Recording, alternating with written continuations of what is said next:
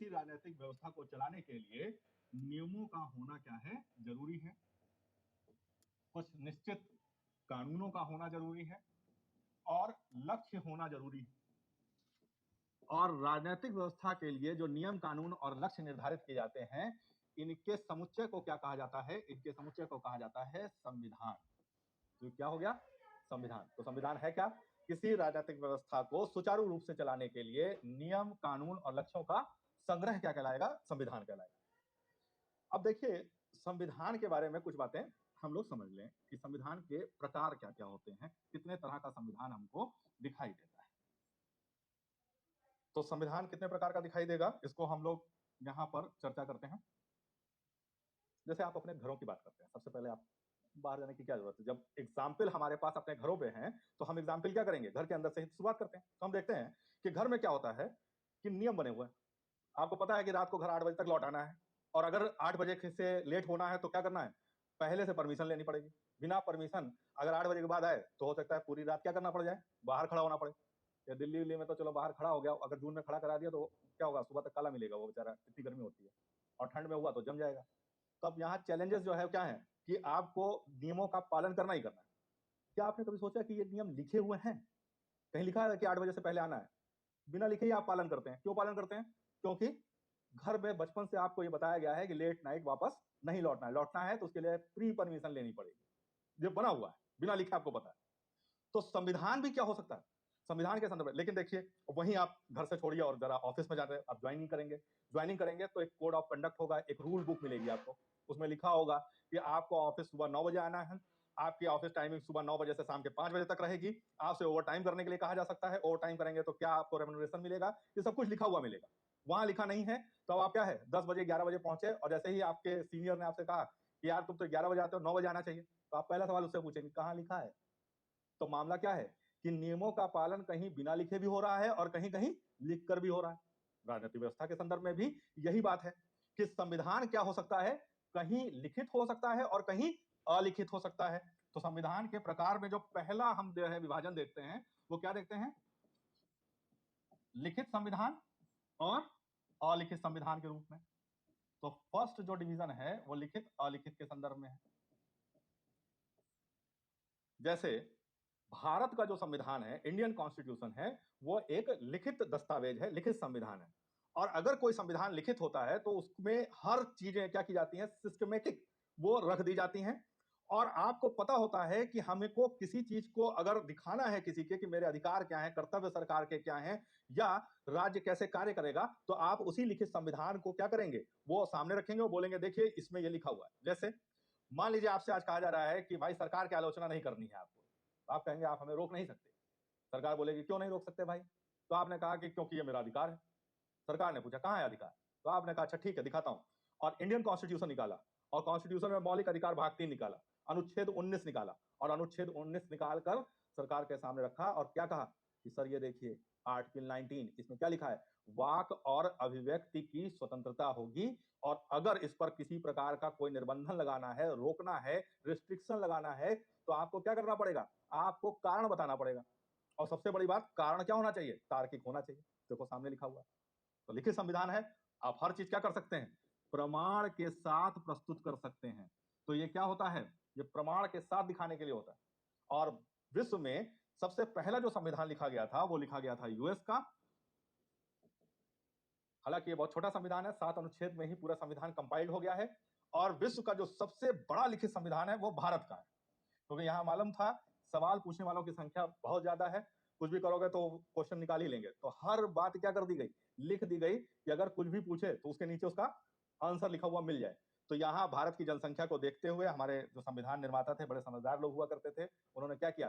कहा कि ये भारतीय हर बात कहेंगे कि कहाँ लिखा है, कहाँ लिखा है, लिख ही डालो सब चीज, छोड़ना कुछ भी मत। और फाइनली क्या कर दिया? पूरा भारतीय संविधान लिखित संविधान के रूप में हमको दिखाई देता और विश्व का सबसे बड़ा संविधान बना दिया। उसी जगह आप देखिए कि जिन्होंने हमारे ऊपर शासन किया था, ब्रिटेन, ब्रिटेन में हमको कोई भी लिखित संविधान दिखाई नहीं देता है। तो ब्रिटेन एक ऐसा देश है जहां पर लिखित संविधान नहीं है। न्यूजीलैंड में भी लिखित संविधान नहीं है। और जितने ये धार्मिक स्टेट होते हैं वहां भी कोई लिखित संविधान नहीं होता। धार्मिक स्टेट का मतलब जहां धर्म प्राइम होता है। जैसे आप यूनाइटेड अरब की बात करें तो वहां पर क्या है? वो धर्म प्राइम है। और धार्मिक देश है, इस्लामिक देश है। इस्लामिक देश है इसलिए वहां धर्म ही अपने आप में कानून मान लिया जाता है और वहां पर किसी लिखित संविधान की आवश्यकता नहीं महसूस की जाती। तो ऐसे देशों में आप क्या देखते हैं कि संविधान अलिखित है। ब्रिटेन इसकी मॉडल कंट्री है। यहाँ होता क्या है कि परंपरा चली आ रही है, उसी परंपरा का पालन करते रहते हैं। जैसे चुनाव 5 साल में होना है, ये कहीं लिखा नहीं है, परंपरा से चला चला रहा है, तो चलता रहेगा। प्रधानमंत्री वही बनेगा जो सबसे बड़े दल का नेता होगा, ये परंपरा है, कहीं लिखने की जरूरत नहीं है। प्रधानमंत्री क्या हो गया, वही बनेगा। कोई भी कानून बनेगा उस पर राजा क्या करेगा, अपनी अनुमति देगा, कहीं लिखा नहीं है, लेकिन परंपरा है, राजा अनुमति देता है तभी कानून क्या होता है, लागू होता है। तो यहाँ कुछ भी लिखा हुआ नहीं है, सब कुछ क्या चल रहा है, परंपरा आधारित दिखाई देता है। तो इसको हम क्या बोल रहे हैं कि ये कैसा संविधान है, अलिखित संविधान है। और यहाँ ये भी समझना जरूरी है कि अलिखित का मतलब ये नहीं होता है कि हर चीज अलिखित है। यहाँ पावर किसके हाथ में होती है, संसद के पास चली जाती है और संसद तय करती है कि कुछ चीजें जो अलिखित हैं उनको जनता तक पहुंचाने के लिए लिखित रूप में हम क्या करें, दस्तावेज दे दें। जैसे मान लीजिए अधिकार की बात कीजिए, तो अब कहीं लिखा तो नहीं कि जनता को कौन कौन से अधिकार होंगे, और ऐसे असीमित अधिकार हो जाएंगे कि अगर कुछ भी नहीं लिखा है तो हर चीज मेरे अधिकार के दायरे में आ जाएगी। तब क्या किया गया, ये कहा गया कि कुछ चीजें लिख कर देना जरूरी है, तो संसद को शक्ति दे दी गई। कहा गया भाई जो चीजें आपको लगे कि जहां नियम बहुत जरूरी है बनाने, वहां आप संसद पारित करके कानून ही बना दो, वही एक्ट मान लिया जाएगा कि ये संविधान के अंतर्गत है। तो संसद ने क्या किया, कानून बना के बिल ऑफ राइट्स पारित कर दिया और बिल ऑफ राइट्स के माध्यम से क्या कर दिया, अधिकार उपलब्ध करा दिया। तो अब अधिकार की बात करेंगे तो बिल ऑफ राइट्स है, उसको आप क्या कर सकते हैं, दिखा सकते हैं, लेकिन एज सच बुक फॉर्म में, किताब के रूप में कोई कॉन्स्टिट्यूशन वहां मौजूद नहीं है। तो इस तरह क्या है कि हम पहले प्रकार को समझते हैं कि ये क्या है, लिखित और अलिखित है। दूसरा प्रकार हमें जो दिखाई देता है, अब देखिए क्या होता है, कई घरों में क्या होगा कि ये 8 बजे का रूल क्या होता है, ये एकदम रिजिड हो जाता है। 8 बजे मतलब शार्प 8 बजे। अब क्या हुआ कि आप दोस्त के घर पार्टी में गए, पापा ने बोला था कि 8 बजे तक लौट आना, 8 बजे से बाद में नहीं आना होगा। अब आप पार्टी में हैं, दोस्त बोला कि बैठो खाना खा के जाना, केक अभी कटेगा, केक कटेगा उसके बाद थोड़ा डांस वांस करेंगे, फिर खाना खाएंगे। तो आपने पूछा कितना बज जाएगा, कहे खाना वही करीब 9 बजे होगा। तो आपने कहा छोड़ो तुम ही खा लेना हमारा वाला भी, और हमें घर जाना है। बोले कि क्यों, पापा ने कहा था 8 बजे आना है। आप कह रहे हैं कि यार हमें जाने दो। दोस्त बोला रुक जाओ, आपको पता है 8 बजे मतलब 8 बजे, और सारे सारे प्रयास करने के बाद आप क्या हुआ, घर पहुंचे और 8:10 हो गया था। अब कई घरों में तो इतने रिजिड, पापा लोग कितने रिजिड होते हैं, बोल दिया वहीं खड़े रहना, अब घर के अंदर मत घुसना। मम्मी धीमे से कह रही हैं कि बेटा परेशान हो जाएगा, कोशिश तो की थी उसने, क्या वो कोशिश वोशिश कुछ नहीं, अगली बार समझ में आना चाहिए। इतनी रिजिडिटी होती है और घुसने नहीं दिया अंदर। अगर संविधान भी इसी तरह का हो जो क्या कर दे, एक बार जो कमिटमेंट कर दी तो फिर अपनी आप के बिना सुने, तो वो संविधान किस प्रकार का संविधान हो जाएगा, वो कठोर संविधान हो जाएगा, जो क्या होता है, जो परिवर्तित नहीं किया जा सकता। जो रूल लिख दिया वो रूल है, चाहे सोसाइटी कितनी भी चेंज होती रहे, हमारे रूल्स क्या होंगे, उसी तरीके से चलेंगे। और कुछ जगहों पर आप देखिए लचीलापन होता है, 8 का 9 हो गया किसी दिन, तो अच्छा चलो कोई बात नहीं। या आपने देखा तो सोसाइटी चेंज हो गई, पहले तो 8 बजे के बाद क्या होता था, घर से बाहर निकलना दिक्कत होती थी, आजकल लोग 10 बजे तक घूमते हैं। तो टाइम ही चेंज कर दिया कि ये 8 बजे वाला रूल जो है पुराना हो गया, 90s के दौर का है, 2019 में काम नहीं करेगा। एक काम करते हैं, अब रूल चेंज करके क्या कर देते हैं, 10 बजे का जो है कट ऑफ रख देते हैं कि 10 बजे तक घर आना है। तो पूरा संविधान में जो क्या हो गया, आपके घर के संविधान में चेंजेस आ गए।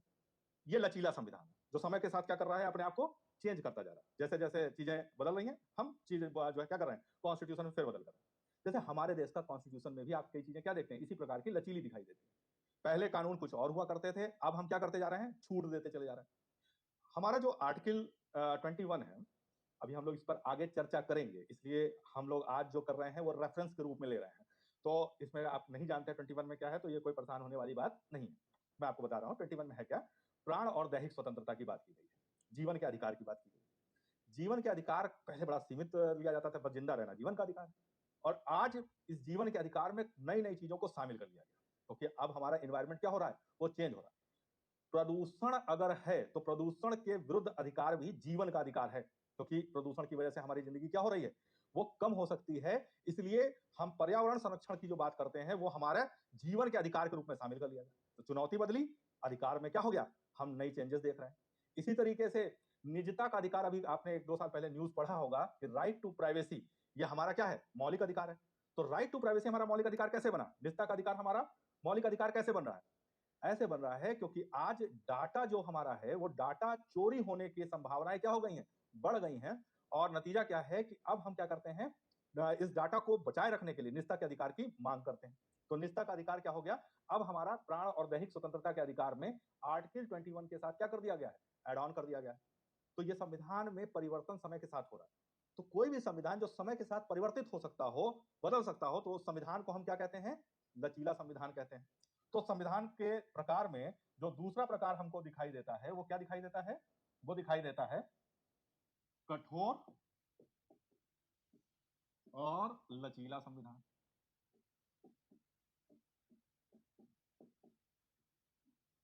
कठोर संविधान जिसमें संशोधन या तो असंभव हो और या क्या हो, अत्यंत कठिन हो।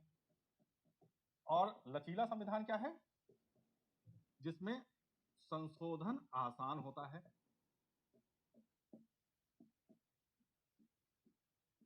और यहां कई बार तो क्या होता है, साधारण बहुमत से संसद क्या कर देती है, सामान्य तरीके से संविधान को बदल देती है।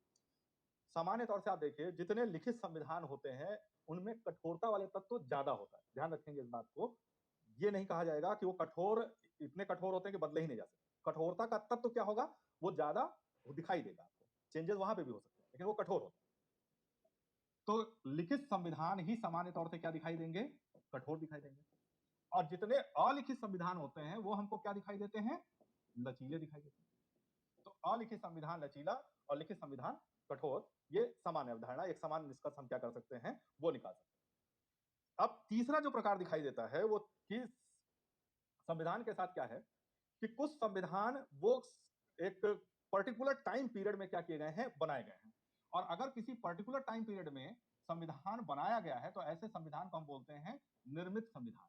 जैसे भारत का संविधान के विषय में हम जानते हैं कि 2 वर्ष 11 महीने और 18 दिन में हमारा संविधान क्या हुआ था, वो बना था। तो ऐसे संविधान को हम क्या बोलते हैं, निर्मित संविधान। निर्मित संविधान निश्चित समय सीमा में बनेंगे।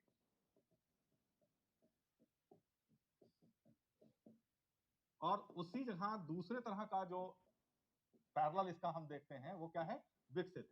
विकसित का मतलब जैसे जैसे समाज आगे बढ़ रहा है, जैसे जैसे समय परिवर्तन हो रहा है, उस संविधान में नए नए चीजें क्या होती जा रही है, जुड़ती चली जा रही है। तो ऐसे संविधान को हम क्या बोलते हैं, विकसित संविधान बोलते हैं। तो यहाँ क्या होता है, समय के साथ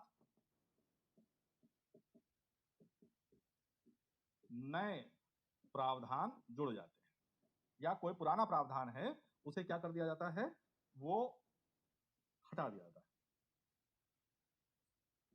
पुराना जो प्रावधान है उसे क्या कर दिया जाएगा, हटा दिया जाएगा, माइनस कर दिया जाएगा। तो इस तरह हम देखते हैं कि संविधान जो है उनका 3 प्रकार से विभाजन विश्व के स्तर पर हम सामान्य तौर से देख सकते हैं। एक लिखित और अलिखित के रूप में, दूसरा कठोर और लचीले के रूप में, और तीसरा निर्मित और विकसित के रूप में। तो ये हमारा क्या है, पहला जो मौलिक अवधारणा कि संविधान के संदर्भ में वो क्या होती है, वो हमने देख लिया।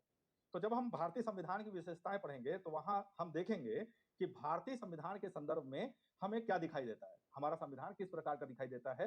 लिखित हम देख रहे हैं कि हाँ लिखित तो है ही है, निर्मित इस पर भी चर्चा हो गई, और मूल बात रह जाती है कठोर और लचीला। तो जब हम विशेषताएं पढ़ेंगे तो ये देखेंगे कि कठोर है या लचीला है, या क्या हमको इन दोनों का मिश्रण दिखाई दे रहा है, तो उस पर वहां चर्चा की जाएगी।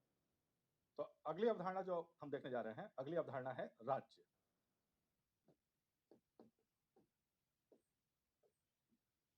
तो ये संविधान लागू कहां होगा, संविधान लागू होगा किसी देश पे। और राजनीति विज्ञान में देश शब्द के लिए भी क्या यूज किया जाता है, राज्य यूज किया जाता है। ध्यान रखिएगा ये राजनीति विज्ञान की अवधारणा है। सामान्य तौर पे हम क्या कहते हैं, प्रांतों को ही राज्य शब्द से बुलाते हैं। जैसे आप क्या देखते हैं, उत्तर प्रदेश एक राज्य, बिहार राज्य, महाराष्ट्र राज्य, गुजरात राज्य। अब राजनीति विज्ञान कहता है कि देश राज्य है, और यहाँ क्या हो जाता है, महाराष्ट्र, गुजरात और भारत के बीच में एक द्वंद्व की राज्य कौन है। तो देखिए जो राजनीति विज्ञान की परिभाषा वो समझना बहुत जरूरी है, क्योंकि आपके संविधान में बहुत सी जगह लिखा हुआ मिलेगा आपको कि राज्य किसी नागरिक के अधिकारों को कम नहीं करेगा, सीमित नहीं करेगा। तो वहां क्लियर होना चाहिए कि राज्य का मतलब मात्र गुजरात महाराष्ट्र नहीं है, बल्कि राज्य का अर्थ भारत देश से भी है, भारत की सरकार से भी है। और अब किन किन तत्वों को शामिल किया जाएगा ये हमें स्पष्ट होना चाहिए। खासतौर पर जब आप अंतर्राष्ट्रीय संबंध पढ़ेंगे तो वहां ये राज्य शब्द बहुत महत्वपूर्ण है। तो इस राज्य को क्यों हम देश के लिए राज्य शब्द इस्तेमाल करते हैं, राजनीति विज्ञान में इसे कैसे परिभाषित किया गया है, इसे भी संक्षिप्त में हम क्या कर लेते हैं, समझ लेते हैं। तो यहाँ देखते हैं कि राज्य किसे कहा जाएगा। देखिए जो राज्य की अवधारणा पूरी आई, ये 15वीं शताब्दी की अवधारणा है। इसके पहले ये जो राज्य शब्द था, ये इस तरह का शब्द इस्तेमाल ही नहीं किया जाता था। और सच में जब हम आप अध्ययन करेंगे, तो अध्ययन करते इतिहास का, तो विश्व इतिहास में आप पढ़ेंगे कि ये पूरी अवधारणा, ये है ही आधुनिक अवधारणा है 15वीं शताब्दी के बाद की। वहीं आपका समाजशास्त्र विषय जो है, इसको हमने देखा कि पहली बार आया। इसके अलावा क्या हुआ, वहीं से राजनीति विज्ञान की धारा निकली है। तो ये सारा कांसेप्ट ही बिल्कुल नया है। तो जब था ही नहीं राजनीति विज्ञान कभी, तो राज्य की अवधारणा होना उसके पहले ये संभव नहीं है। और जब ये अवधारणा आई, तो इसके पीछे भी कारण था, क्योंकि आप देख रहे हैं कि 15वीं शताब्दी के बाद व्यापारिक गतिविधियां क्या हो रही हैं, वो तीव्र हो रही हैं। आपने इतिहास जब आप पढ़ेंगे या पढ़ा होगा, तो आपने देखा होगा कि ईस्ट इंडिया कंपनी क्या कर रही है, 1602 में भारत आ रही है। तो जाहिर सी बात है, ये सारी घटनाएं 15वीं शताब्दी के बाद की है, और व्यापार बहुत तेजी से बढ़ रहा है। जब व्यापार बढ़ेगा, तो व्यापार बढ़ने के साथ ही देश इस तरह की अवधारणा, ये क्या होगी, ये डेवलप होना शुरू हुई। तो राज्य की जो अवधारणा है, ये दरअसल ही जो आती है, ये 15वीं शताब्दी के बाद की अवधारणा है। और वो आ रही है कि व्यापारिक गतिविधियां तीव्र हो रही हैं, तो परिभाषा देना जरूरी हो चुका था। तो कुल मिलाकर हम कहते हैं कि राजनीति विज्ञान में राज्य की एक वैधानिक परिभाषा दी गई है कि किसे राज्य कहा जाएगा, और ये पूरे विश्व में लागू होती है, सबने स्वीकार कर रखा है। अब क्या बोला गया कि राज्य वही होगा जिसमें 4 तत्व होंगे। तो कहा क्या क्या होना चाहिए, तो कहा सबसे पहली बात क्या होनी चाहिए, सबसे पहली बात भूभाग होना चाहिए।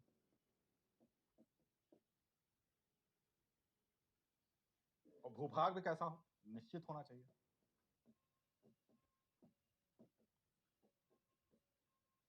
यानी सीमाएं क्या होनी चाहिए, वो फिक्स होनी चाहिए। तो निश्चित भूभाग के लिए क्या हुआ कि यहाँ भारत, ये भारत है, और इस भारत के ऊपर के भारत की कल्पना अपने आप कर लीजिए, उसकी आवश्यकता नहीं है बनाने की। तो भारत ने कहा मेरी सीमाएं तो निश्चित हैं। तो उत्तर प्रदेश ने कहा कि मेरी सीमाएं भी निश्चित हैं भाई। तो मैं कहा तो इसका मतलब है राज्य का दावा उत्तर प्रदेश का भी ठीक है और भारत का भी ठीक है। तो राजनीति वैज्ञानिक परेशान हुए, उन्होंने कहा अच्छा चलो रुको, दूसरा कुछ ढूंढते हैं। कहा क्या होना चाहिए, कहा एक काम करो, ये तय कर दो कि उस भूभाग पे जनसंख्या होनी चाहिए। बहुत अच्छी बात है, ये तो बहुत बढ़िया आइडिया है। तो भारत बोला हमारी जनसंख्या तो बहुत है, 1 अरब 30 करोड़, तो हम तो राज्य की परिभाषा में फिट है। तो उत्तर प्रदेश बोला कि अरे हम भी पीछे नहीं भाई, इस समय पूरे विश्व में 5वें नंबर पे हम ही लोग हैं। अगर तुम नंबर 1 सेकंड नंबर पे हो, तो हम भी 5वें नंबर पे हैं, और हम कंपटीशन में लगे हुए हैं। तो ये चिंता, इस पर तो बात ही नहीं हो सकती। तो उन्होंने कहा जनसंख्या यहाँ पे भी, जनसंख्या यहाँ पे भी। तो इस तरह तो दोनों का दावा ठीक लग रहा है। गुजरात महाराष्ट्र बोले कि हम लोग कम तो हैं, लेकिन हम लोग के पास भी जनसंख्या है, मौजूद है, हम लोग भी जनसंख्या के साथ हैं, तो हमारा भी दावा है। तो कहा गया अच्छा रुको, तीसरी चीज देखते हैं, अब क्या हो सकता है। तो कहा कि सरकार का होना जरूरी है राज्य के लिए। कहे सरकार क्या चीज होती है, कहा सरकार राज्य का भौतिक प्रतिनिधित्व करने वाली संस्था है। कहिए समझ में कुछ नहीं आया कि भौतिक प्रतिनिधित्व का क्या मतलब है। कह देखो सिंपल सी बात है कि जैसे आपने पढ़ा कि अमेरिका और भारत ये क्या कर रहे हैं, ये आपस में एक समझौता कर रहे हैं। उन्होंने पूछा कि ठीक है, तो क्या ठीक है, दोनों ने कहा न्यूक्लियर समझौता होना चाहिए। तो क्या ऐसा होता है कि भारत का भूभाग पूरा उठा, चल के गया, उधर से अमेरिका का भूभाग उठा, चल के आया, और अटलांटिक महासागर में दोनों ने आपस में संधि साइन कर ली? ऐसा नहीं होता है। होता क्या है, होता यह है कि भारत की तरफ से राज्य का प्रतिनिधि जाता है, वो देश का प्रधानमंत्री हो सकता है, और इसी तरह अमेरिका की तरफ से राज्य का प्रतिनिधि आता है, वो वहां का राष्ट्रपति होता है, और दोनों मिलकर क्या कर लेते हैं, संधि पर सिग्नेचर कर लेते हैं। तो सरकार है क्या, राज्य का भौतिक प्रतिनिधित्व करने वाली संस्था है। सरकार जो बेसिकली हम बोलते हैं, शब्द बोलते हैं, ये बड़ा व्यापक है राजनीति विज्ञान में। और इसमें क्या क्या शामिल किया जाता है, इसमें 3 अंग शामिल किए जाते हैं सरकार के। और वो 3 अंग कौन कौन से हैं, कार्यपालिका, विधायिका, और तीसरा है न्यायपालिका। और इनको मिलाकर ही क्या है, जो टर्म आता है वो सरकार शब्द बनता है। सामान्य तौर से तीनों के कार्यों की अगर बात करें, तो विधायिका वो संस्था है जो विधान बनाने का, कानून बनाने का काम करती है किसी देश के संदर्भ में। दूसरी तरफ क्या है, कार्यपालिका, जो क्या करती है, वो कानून को लागू कराने का कार्य करती है। और तीसरी तरफ क्या है, न्यायपालिका, जिसका काम क्या है, ये देखना है कि विधायिका और कार्यपालिका जो संवैधानिक नियम हैं उनके अंतर्गत रहते हुए क्या करें, अपने कार्यों को संपन्न करें, यानी शक्तियों का दुरुपयोग कोई संस्था न करने पाए। तो ये न्यायपालिका की भूमिका है। न्यायपालिका का एक अतिरिक्त कार्य भी क्या है कि वो देखे कि जो कानून है, उस कानून का उल्लंघन करता है अगर कोई, तो उसे वो क्या करे, दंड भी दे। तो न्यायपालिका की दोहरी भूमिका कि विधायिका और कार्यपालिका उन नियमों के अंतर्गत कार्य करते हो जैसा संविधान में वर्णित है। और अगर किसी देश में संविधान नहीं है, तो न्यायपालिका वो क्या हो जाएगी, वो स्वतंत्र रूप से कार्य करने लगेगी। और साथ ही साथ वो देखती है कि न्याय संपन्न होना चाहिए समाज के अंदर। तो विधायिका कानून बनाने वाली संस्था, कार्यपालिका कानून को लागू करने की संस्था और न्यायपालिका उसको प्रॉपर तरीके से एग्जीक्यूट हो रहा हो, नियमों के अधीन हो रहा हो, इसको सुनिश्चित करने वाली संस्था है। और ये तीनों ही मिलकर क्या बनाती हैं? सरकार। हम लोग क्या करते हैं अपने व्यवहार में, कार्यपालिका जो कानून लागू कराने वाली संस्था है, इसी को बोल देते हैं सरकार। जैसे आप भारत के अंदर क्या कहते हैं कि सरकार ने अभी अर्थव्यवस्था के लिए नई नीति लागू की, तो दरअसल वो नीति कौन लागू कर रहा होता है? वो लागू कर रही है कार्यपालिका। लेकिन हम शब्द क्या इस्तेमाल कर रहे हैं? हम कह रहे हैं सरकार ने किया। तो कुल मिलाकर सामान्य बोलचाल की भाषा में सरकार जो है वो बड़े ही संकुचित अर्थ में हम क्या करते हैं? प्रयोग करते हैं। आपको एक विद्यार्थी होने, अभ्यर्थी होने के नाते इस बात का ध्यान रखना है कि आप कार्यपालिका शब्द का इस्तेमाल करें सामान्य तौर पे, जब तक कि खुद एग्जामिनर ने आपसे सरकार शब्द का प्रयोग न किया हो। ठीक, तो यहां पर तीसरी बात आई कि सरकार होनी चाहिए। तब उत्तर प्रदेश ने कहा कि, या गुजरात महाराष्ट्र ने कहा कि हमारे पास भी एक सरकार है, हमारे यहाँ भी एक कार्यपालिका है, मंत्री और मंत्रिपरिषद है, मुख्यमंत्री है, एक विधायिका है जिसे हम राज्य विधानमंडल कहते हैं, और एक हाईकोर्ट है। भारत ने कहा हमारे पास भी है एक मंत्रिपरिषद और साथ में उसका प्रधानमंत्री है, राष्ट्रपति है, विधायिका है, विधायिका में हमारे पास क्या है? लोकसभा और राज्यसभा है, और न्यायपालिका क्या हमारे पास सुप्रीम कोर्ट। तो तीन चीजें जब देखी गई कि भूभाग होना चाहिए, जनसंख्या होनी चाहिए और सरकार होनी चाहिए, इन तीनों मानदंडों पर जो दोनों आप जिसको आज राज्य कहते हैं, यानी कि महाराष्ट्र, गुजरात, बिहार, छत्तीसगढ़ और दूसरी तरफ भारत, दोनों के लिए ये तीनों चीजें लागू हो रही हैं। इनके आधार पर तो कम से कम राज्य शब्द के लिए देश का प्रयोग नहीं किया जा सकता। तब एक चौथा तत्व ढूंढा गया और वो तत्व था संप्रभुता। तो मामला आके कहां अटकता है कि आखिर ये संप्रभुता होती क्या चीज है। तब हम लोग देखेंगे कि संप्रभुता क्या है।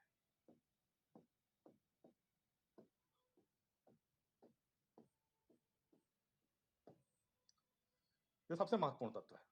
संप्रभुता क्या है? निर्णय लेने की सर्वोच्च शक्ति।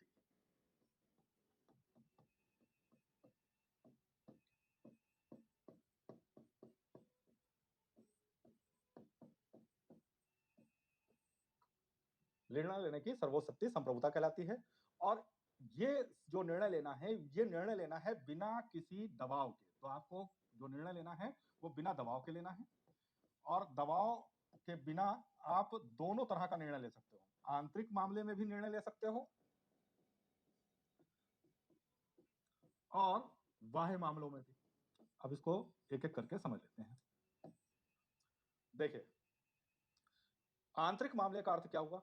आंतरिक मामले में जैसे मान लीजिए कि नक्सलवाद ये दबाव डाल रहा है कि वो क्या करना चाहिए, बिहार में, छत्तीसगढ़ में, झारखंड में, इन राज्यों में वो हिंसा फैला रहा है और हिंसा फैलाकर वहां सुधारों की मांग कर रहा है।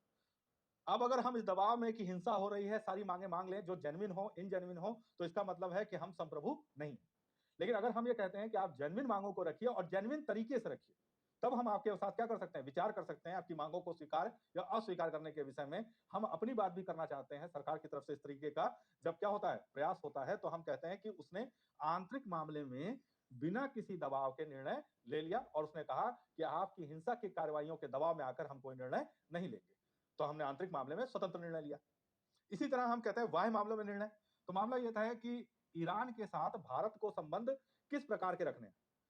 तो अमेरिका नहीं बताएगा कि किस प्रकार के संबंध रखने हैं, हम तय करेंगे कि हम किस तरह के संबंध ईरान के साथ रखना चाहते हैं। मित्रवत संबंध है तो हम बताएंगे कि देखिए ईरान के साथ हमारी आवश्यकताएं, हमारे जो अपने संबंध हैं वो प्राचीन काल से है और उसमें हम किसी प्रकार का बदलाव वो कम से कम सिर्फ अमेरिकी दबाव में तो नहीं करेंगे। हम देखेंगे कि हमारे प्रॉस कॉन्स क्या है, लाभ हानि क्या है, और उस हिसाब से हम अपना निर्णय लेंगे। तो ईरान के साथ कितने गहरे संबंध होंगे ये तय करने की जिम्मेदारी हमारी। अब जब जैसे ही आप ये बात करेंगे तो आपको समझ में आ जाएगा कि इस प्रकार के जितने भी निर्णय होते हैं वो कौन लेता है? वो भारत की सरकार लेती है, ना कि राज्य की सरकार। निवेश कौन सा देश भारत में करेगा ये तय करेगी भारत की सरकार। हाँ, राज्य सरकारें भारत की सरकार से रिक्वेस्ट कर सकती हैं कि हमारे यहाँ निवेश की संभावनाएं हैं, तो हम चाहते हैं कि अगर 4 या 5 देश निवेश करना चाहते हैं तो आप उनके लिए एक मीट आयोजित करवा दीजिए, हम उसका पूरा आयोजन की जिम्मेदारी लेंगे। और अगर कोई देश निवेश करना चाहता है तो आप उसे अनुमति दे दीजिए। जैसे आपने पढ़ा है कि गुजरात मीट हुई या उत्तर प्रदेश मीट हुई, उत्तराखंड मीट हुई, जो विश्व के विभिन्न देशों के साथ की गई निवेश के संदर्भ में। और लेकिन अगर फ्रांस या स्पेन या इंग्लैंड वो चाहता है कि हम उत्तराखंड में निवेश करें, तो इस बात की अनुमति कौन देगा? इस बात की अनुमति देगा भारत की सरकार। और इस दृष्टिकोण से संप्रभु कौन हो गया? भारत की सरकार हो गई। राज्य की सरकारें भारत की सरकार के क्या हो जाएंगी? वो अधीन कार्य करने वाली संस्थाएं हो जाएंगी। वो उस भारत की सरकार के सहयोग से कार्य करने वाली संस्थाएं हो जाएंगी। तब संप्रभुता किसके पास है? भारत की सरकार के पास। और किसी भी देश में संप्रभुता किसके पास होती है? देश की सरकार के पास।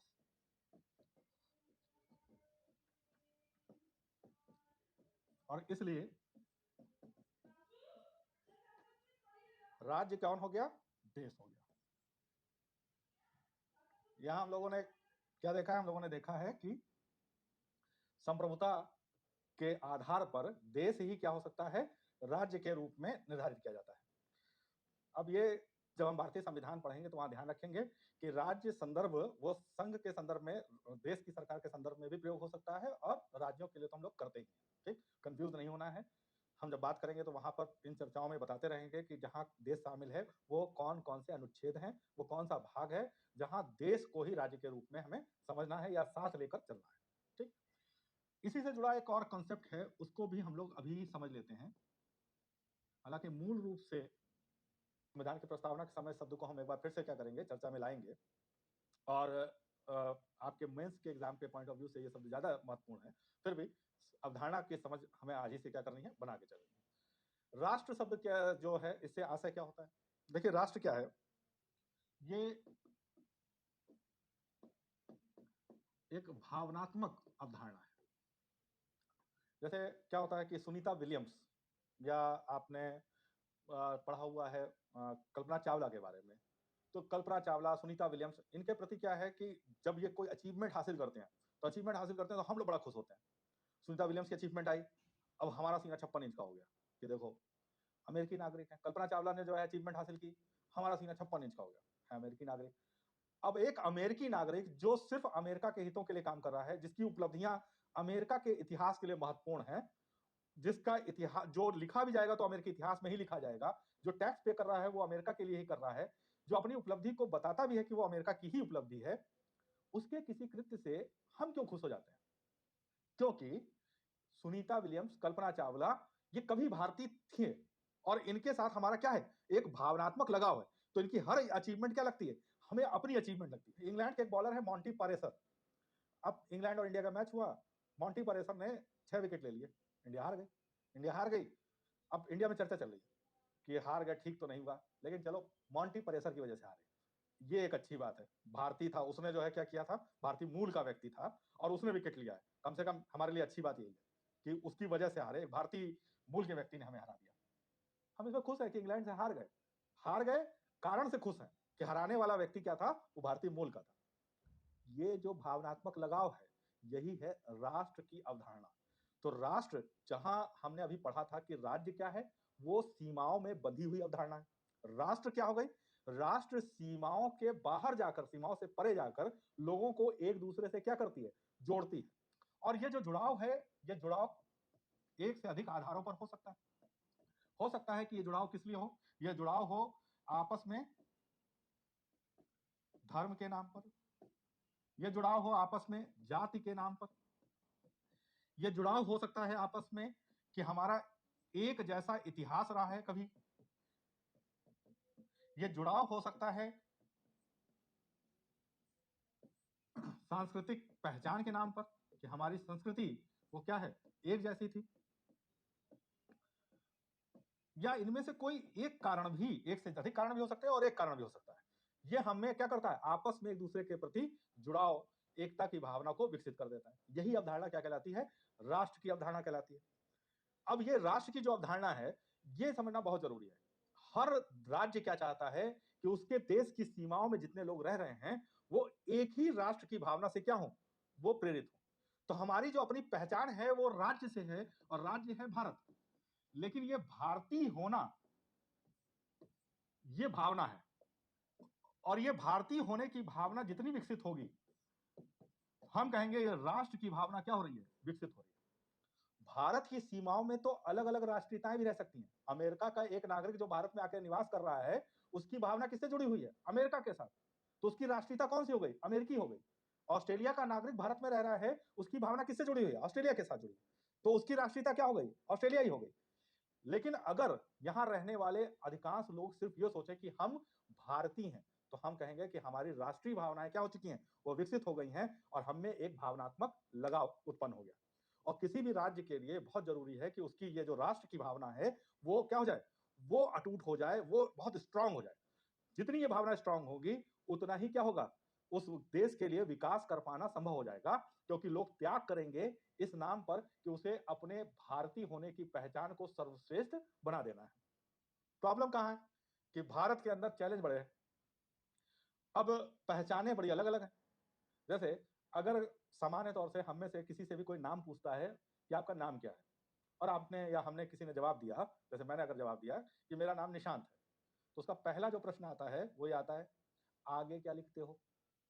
ये बहुत महत्वपूर्ण है, क्योंकि ये जो आगे आप लिखेंगे इसी से तय होने वाला है कि आपके साथ अपने संबंधों को वो कितना घनिष्ठ बनाना चाहता है। वो तय करेगा कि पानी का गिलास कौन सा देना है। गिलास जो देगा वो शीशे का होगा या स्टील वाला होगा, ये नाम के आगे जो लिखा हुआ है ना, इसी पर तय हो जाता है। ये भारत में बड़े मतलब प्रचलन में है। और कहीं अगर नाम ही निकल आया कि हमारा नाम जो है वो फवाद खान है, तब तो मामला और भी गंभीर हो गया। अब तो यह पानी देना भी है कि नहीं देना है, इस पर भी क्वेश्चन मार्क। या किसी मुस्लिम भाई के घर में जो है कोई हिंदू पहुंच गया, तो वहां भी नाम क्या है, वो बड़ा रोल प्ले कर रहा है, किसके साथ कितना घनिष्ठ संबंध रखना है। गांवों में तो आज भी क्या होता है, ये अपने आप में बड़ी मान्यता है। तो भारतीय होने की पहचान बाद में और जातिगत पहचान, धार्मिक पहचान क्या हो गई, वो पहले हो जाती है। अब मान लीजिए कि आप माइग्रेट हो गए, अपने छोटे से गांव से निकल के बाहर बड़े शहर में पहुंच गए। मान लीजिए आप राजस्थान के किसी श्रीगंगानगर में आप रह रहे थे और आप पहुंच गए जयपुर में। जयपुर में पहुंचे तब पहचान थोड़ी सी बदल जाती है, तब थोड़ा अलग पहचान पे आप आ जाते हैं। तब मुद्दा ये होता है कि किस मतलब जिले से आप आ रहे हो, और जिले वाली पहचान महत्वपूर्ण हो जाती है। अगर कोई व्यक्ति जो है वो जयपुर का मूल निवासी है और कोई व्यक्ति श्रीगंगानगर का है, तो हमारा लगाव किससे हो जाएगा, श्रीगंगानगर वाले से हो जाएगा, क्योंकि मैं भी श्रीगंगानगर से ही आ रहा हूँ। और अब पहुंच गया जयपुर छोड़कर दिल्ली, तो पहचान फिर से बदल गई। अब क्या कुछ पहचान जो है ज्यादा इंपॉर्टेंस हो गई, भारतीय होने की पहचान नहीं इंपॉर्टेंट है। तब आप क्या करते हैं, दिल्ली में आके पूछेंगे कहाँ के रहने वाले हो, तो बताएगा कि राजस्थान का रहने वाला हूँ। हम भी राजस्थानी, तुम भी राजस्थानी। अरे यार ठीक है। कल से 3-4 लोगों से मिले, कोई बिहार का रहने वाला, कोई उत्तर प्रदेश का रहने वाला, कुछ अपनापन फील ही नहीं हो रहा था। राजस्थानी राजस्थानी में क्या हो गया, अपनापन फील होने लगा। तो राष्ट्र की पहचान बाद में, क्षेत्र की पहचान क्या हो गई, महत्वपूर्ण हो गई। और पहली बार पहचान जाकर भारतीय कहाँ बनती है, गलती से अमेरिका पहुंच गए, कोई बात समझ ही नहीं रहा है, तब वहां कोई इंडियन दिखाई दे गया, तब उससे पूछते हैं इंडियन, दूसरा वाला बोलता है साउथ इंडियन। कहते हैं कि अरे छोड़ो साउथ वाउथ, इंडियन इंडियन ना भाई। वो जो भाई वाली पहचान भारतीय होने की है, वो पहली बार कहाँ आई, विदेश जाके। तब हमारे सामने चैलेंज क्या है कि राष्ट्र की पहचान आज भी हमारे यहाँ क्या है, वो थोड़ी हमको तुलनात्मक रूप से कमजोर दिखती है, जबकि धर्म जाति क्षेत्र की पहचान क्या है, वो ज्यादा महत्वपूर्ण दिखाई देती है। तब अगर हमें एक राष्ट्र के रूप में अपना विकास करना है, तो ये जो भ्रातृत्व की भावना है, भारतीय होने की पहचान है, इसको प्रमुख बनाना होगा। और इसी प्रमुख पहचान के साथ हमको क्या करना पड़ेगा, आगे बढ़ना होगा। यहाँ एक चीज और हम लोग समझ लेते हैं, आखिर ये राष्ट्र की भावना विकसित कैसे होगी। तब आप देखते हैं कि भारत के अंदर या किसी भी देश के अंदर ये जो राष्ट्र की भावना विकसित करनी होती है, ये विकसित करने के लिए कुछ साधन प्रयोग किए जाते हैं। और ये भी समझने की जरूरत है कि प्रेशराइज करके किसी को हम राष्ट्र की भावना से परिचित या उसके अंदर ये भावना भर नहीं सकते। भावनाएं पैदा नहीं कराई जा सकती, ठीक ना। बहुत से लोग हैं मैसेज भेज के जो है भावना पैदा कराने की कोशिश करते हैं। इतना प्रयास मत कीजिए, कोई फायदा नहीं होता है। स्वतः जागृत होती हैं भावनाएं। तो भावनाएं क्या होनी चाहिए, वो अपने से आनी चाहिए। और भावनाएं पैदा हो सके इसके लिए कृत्य अच्छे होने चाहिए। अच्छे व्यवहार से ही भावनाएं पैदा होंगी। बुरा व्यवहार करोगे, इरिटेट करोगे किसी को, भावना कहां से पैदा होगी। तो भावना पैदा कराने के लिए आपको पॉजिटिव चीजें होनी चाहिए। और इसीलिए आप देखते हैं कि किसी भी देश में भावनाओं को विकसित करने के लिए राष्ट्रगान, राष्ट्रध्वज, राष्ट्रीय पशु,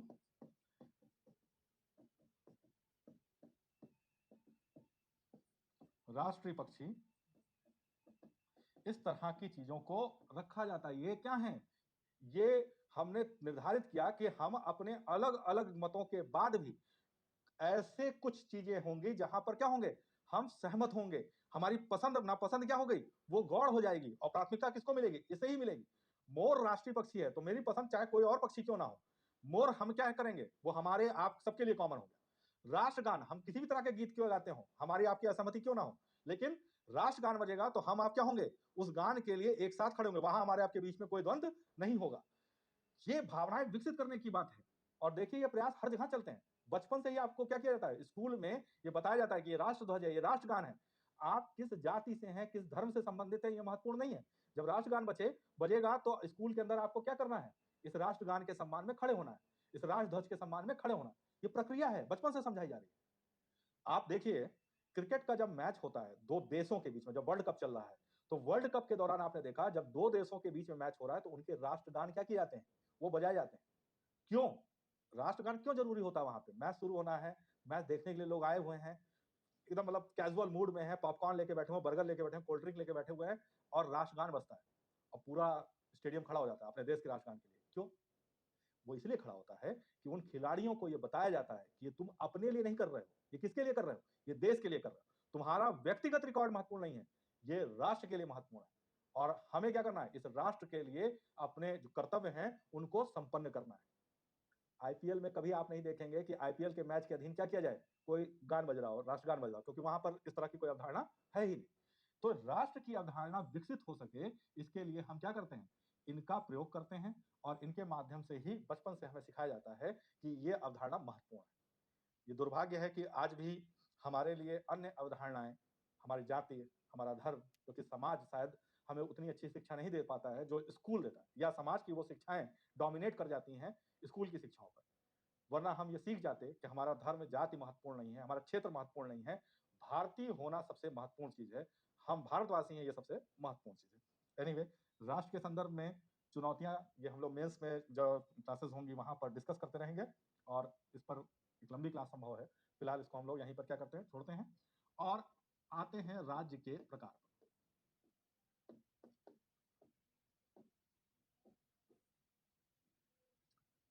राज्य के प्रकार, दो प्रकार के राज्य पूरे विश्व में हमको दिखाई देते हैं, एक सत्तावादी और दूसरा लोकतांत्रिक।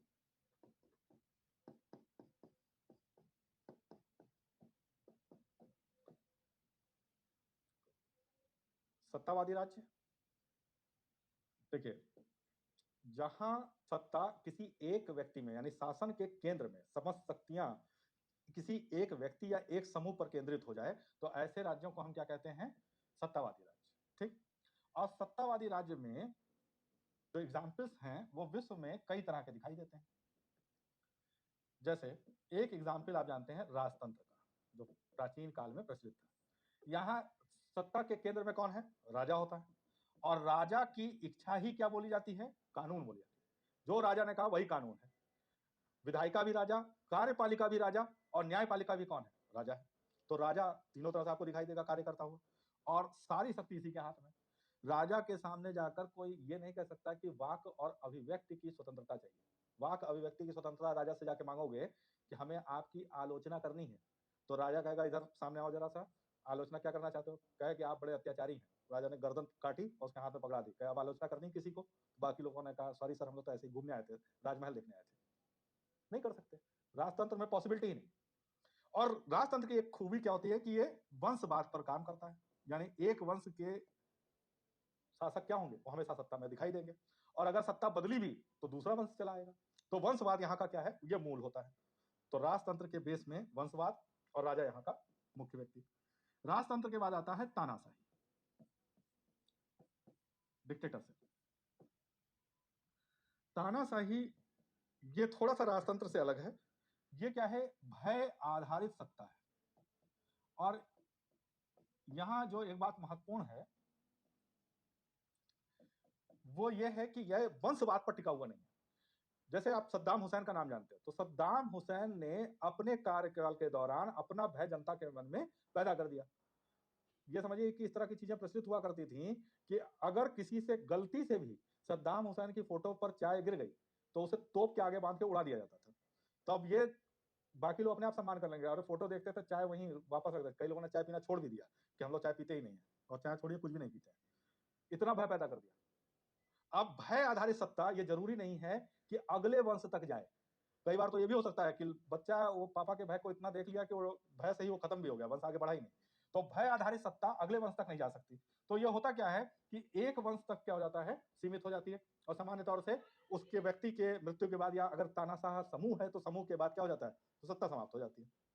जो तीसरी जो हम एग्जाम्पल देख सकते हैं, वो एग्जाम्पल क्या है, वो एग्जाम्पल हमको दिखाई देता है एक दल का शासन।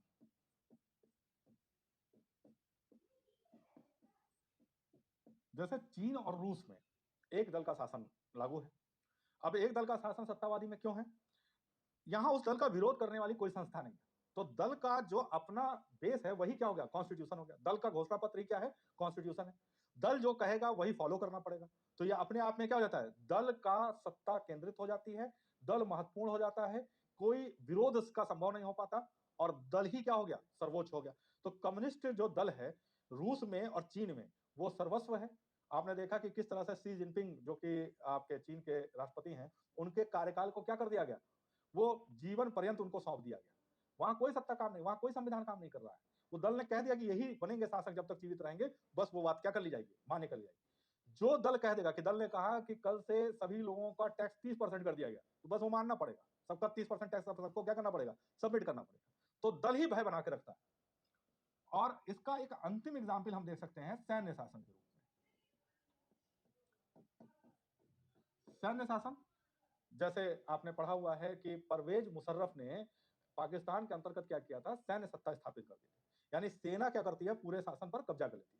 इसी तरह आपने पढ़ रखा है कि म्यांमार में भी क्या हुआ था? ये सैन्य शासन लागू किया गया था। सैन्य शासन का में क्या होता है कि सेना का जो चीफ है, या तो वो क्या करेगा? सत्ता पर अपना नियंत्रण स्थापित कर लेगा और नियम वही बनाएगा। और कई बार क्या होता है कि सेना का कुछ अधिकारियों का समूह होता है, वो समूह क्या करता है? सैन्य अधिकारियों का समूह वो सत्ता पर अपना कब्जा कर लेता है। अगर समूह सत्ता को चला रहा है तो हम कहते हैं कि ये एक मिलिट्री जुंता है। मिलिट्री जुंता। और ये जो मिलिट्री जुंता है, जुंता शब्द ये एक स्पेनिश शब्द है, और इसका जुंता मतलब ही होता क्या है? समूह। तो मिलिट्री समूह क्या कर रहा है? शासन कर रहा है। और मिलिट्री का शासन तो सबसे खतरनाक शासनों में से एक है। जितने अनुशासन के साथ मिलिट्री काम करती है उतना तो कोई और कार्य कर ही नहीं सकता। तो मिलिट्री के शासन में नियमावली मिलिट्री की लगेगी, जो कानून होंगे मिलिट्री के होंगे, और कई बार ये कानून इतने कठोर हो जाते हैं कि आम जनता का जीवन वो अत्यंत कठिन हो जाता है। अब स्थिति क्या देखिए कि सत्तावादी में जितने भी आपने प्रकार देखे, उन सब प्रकार में एक बात कॉमन है। जो भी शासक है, शासक अपनी इच्छा से कानून चला रहा है। अगर उसने कुछ अच्छा कर दिया तो ये किस्मत की बात है, नहीं तो जनता के ऊपर अत्याचार होना तो क्या है? तय है। जनता के पास कोई स्वतंत्रता नहीं होती है, जनता अपनी इच्छाओं को पूरा नहीं करा सकती, जनता कोई मांग नहीं रख सकती शासन से कि हमारे लिए क्या होना चाहिए। तो अब ऐसी स्थिति में ये सभी शासन के ऐसे रूप माने जाते हैं जो कि जन विरुद्ध होते हैं, जनता के विरुद्ध होते हैं। तो शासन का जो सबसे बेहतर रूप माना जाता है वो माना जाता है लोकतंत्र। और विश्व में जो आज सबसे प्रचलित जो हम शासन व्यवस्था देख रहे हैं, जिसकी डिमांड वैश्विक संदर्भों में सर्वाधिक हो रही है, वो है लोकतांत्रिक राज्य, लोकतांत्रिक शासन स्वरूप। तो हम अब देखेंगे कि लोकतंत्र है क्या, लोकतंत्र का अर्थ क्या है, और लोकतंत्र के विषय में विस्तार पूर्वक क्या करेंगे? समझने का प्रयास करेंगे। अब हमें जो देखना है वो है लोकतांत्रिक राज्य। तो हम लोग देखेंगे कि लोकतंत्र लोकतंत्र क्या है। तो लोकतंत्र के लिए जो सर्वाधिक प्रचलित परिभाषा दी है वो अब्राहम लिंकन ने दी है। और अब्राहम लिंकन की परिभाषा के अनुसार जनता का शासन, जनता के द्वारा शासन, और जनता के लिए शासन, ये है लोकतंत्र। तो ये जो सामान्य अवधारणा है, जनता का शासन, जनता द्वारा शासन, जनता के लिए शासन, दरअसल ये संक्षिप्त परिभाषा के रूप में तो ठीक है, लेकिन हमें इसके अंदर जाके देखना होगा कि आखिर जब ये लिंकन ने कहा कि जनता द्वारा शासन, जनता का शासन या जनता के लिए शासन, तो उनका अर्थ क्या था? वो क्या बताने की कोशिश कर रहे थे? क्या ये सीमित अर्थों में है या इसके कोई व्यापक अर्थ दिखाई देते हैं? तो हम देखते हैं कि इसके कुछ व्यापक अर्थ भी हैं। और व्यापक अर्थों में जब हम जाते हैं तो देखते हैं कि जनता द्वारा शासन दो तरह से दिखाई देता है। एक तो हमें दिखाई देता है कि जनता सीधे शासन में सहभागी हो, यानी नियम बनाने के कार्यों में, कानून बनाने के कार्यों में जनता क्या करे? नीति बनाने के कार्य में सीधे रूप से भाग ले। सीधे भाग लेगी तो हम कहेंगे ये लोकतंत्र कैसा है? सहभागी लोकतंत्र है। और कई देशों में या कई विद्वानों द्वारा इसे क्या कहा जाता है? प्रत्यक्ष या डायरेक्ट लोकतंत्र भी कहते हैं। तो पार्टिसिपेटरी या डायरेक्ट डेमोक्रेसी। और डायरेक्ट डेमोक्रेसी का मतलब क्या है? कि जनता नीति निर्माण में भागीदार है।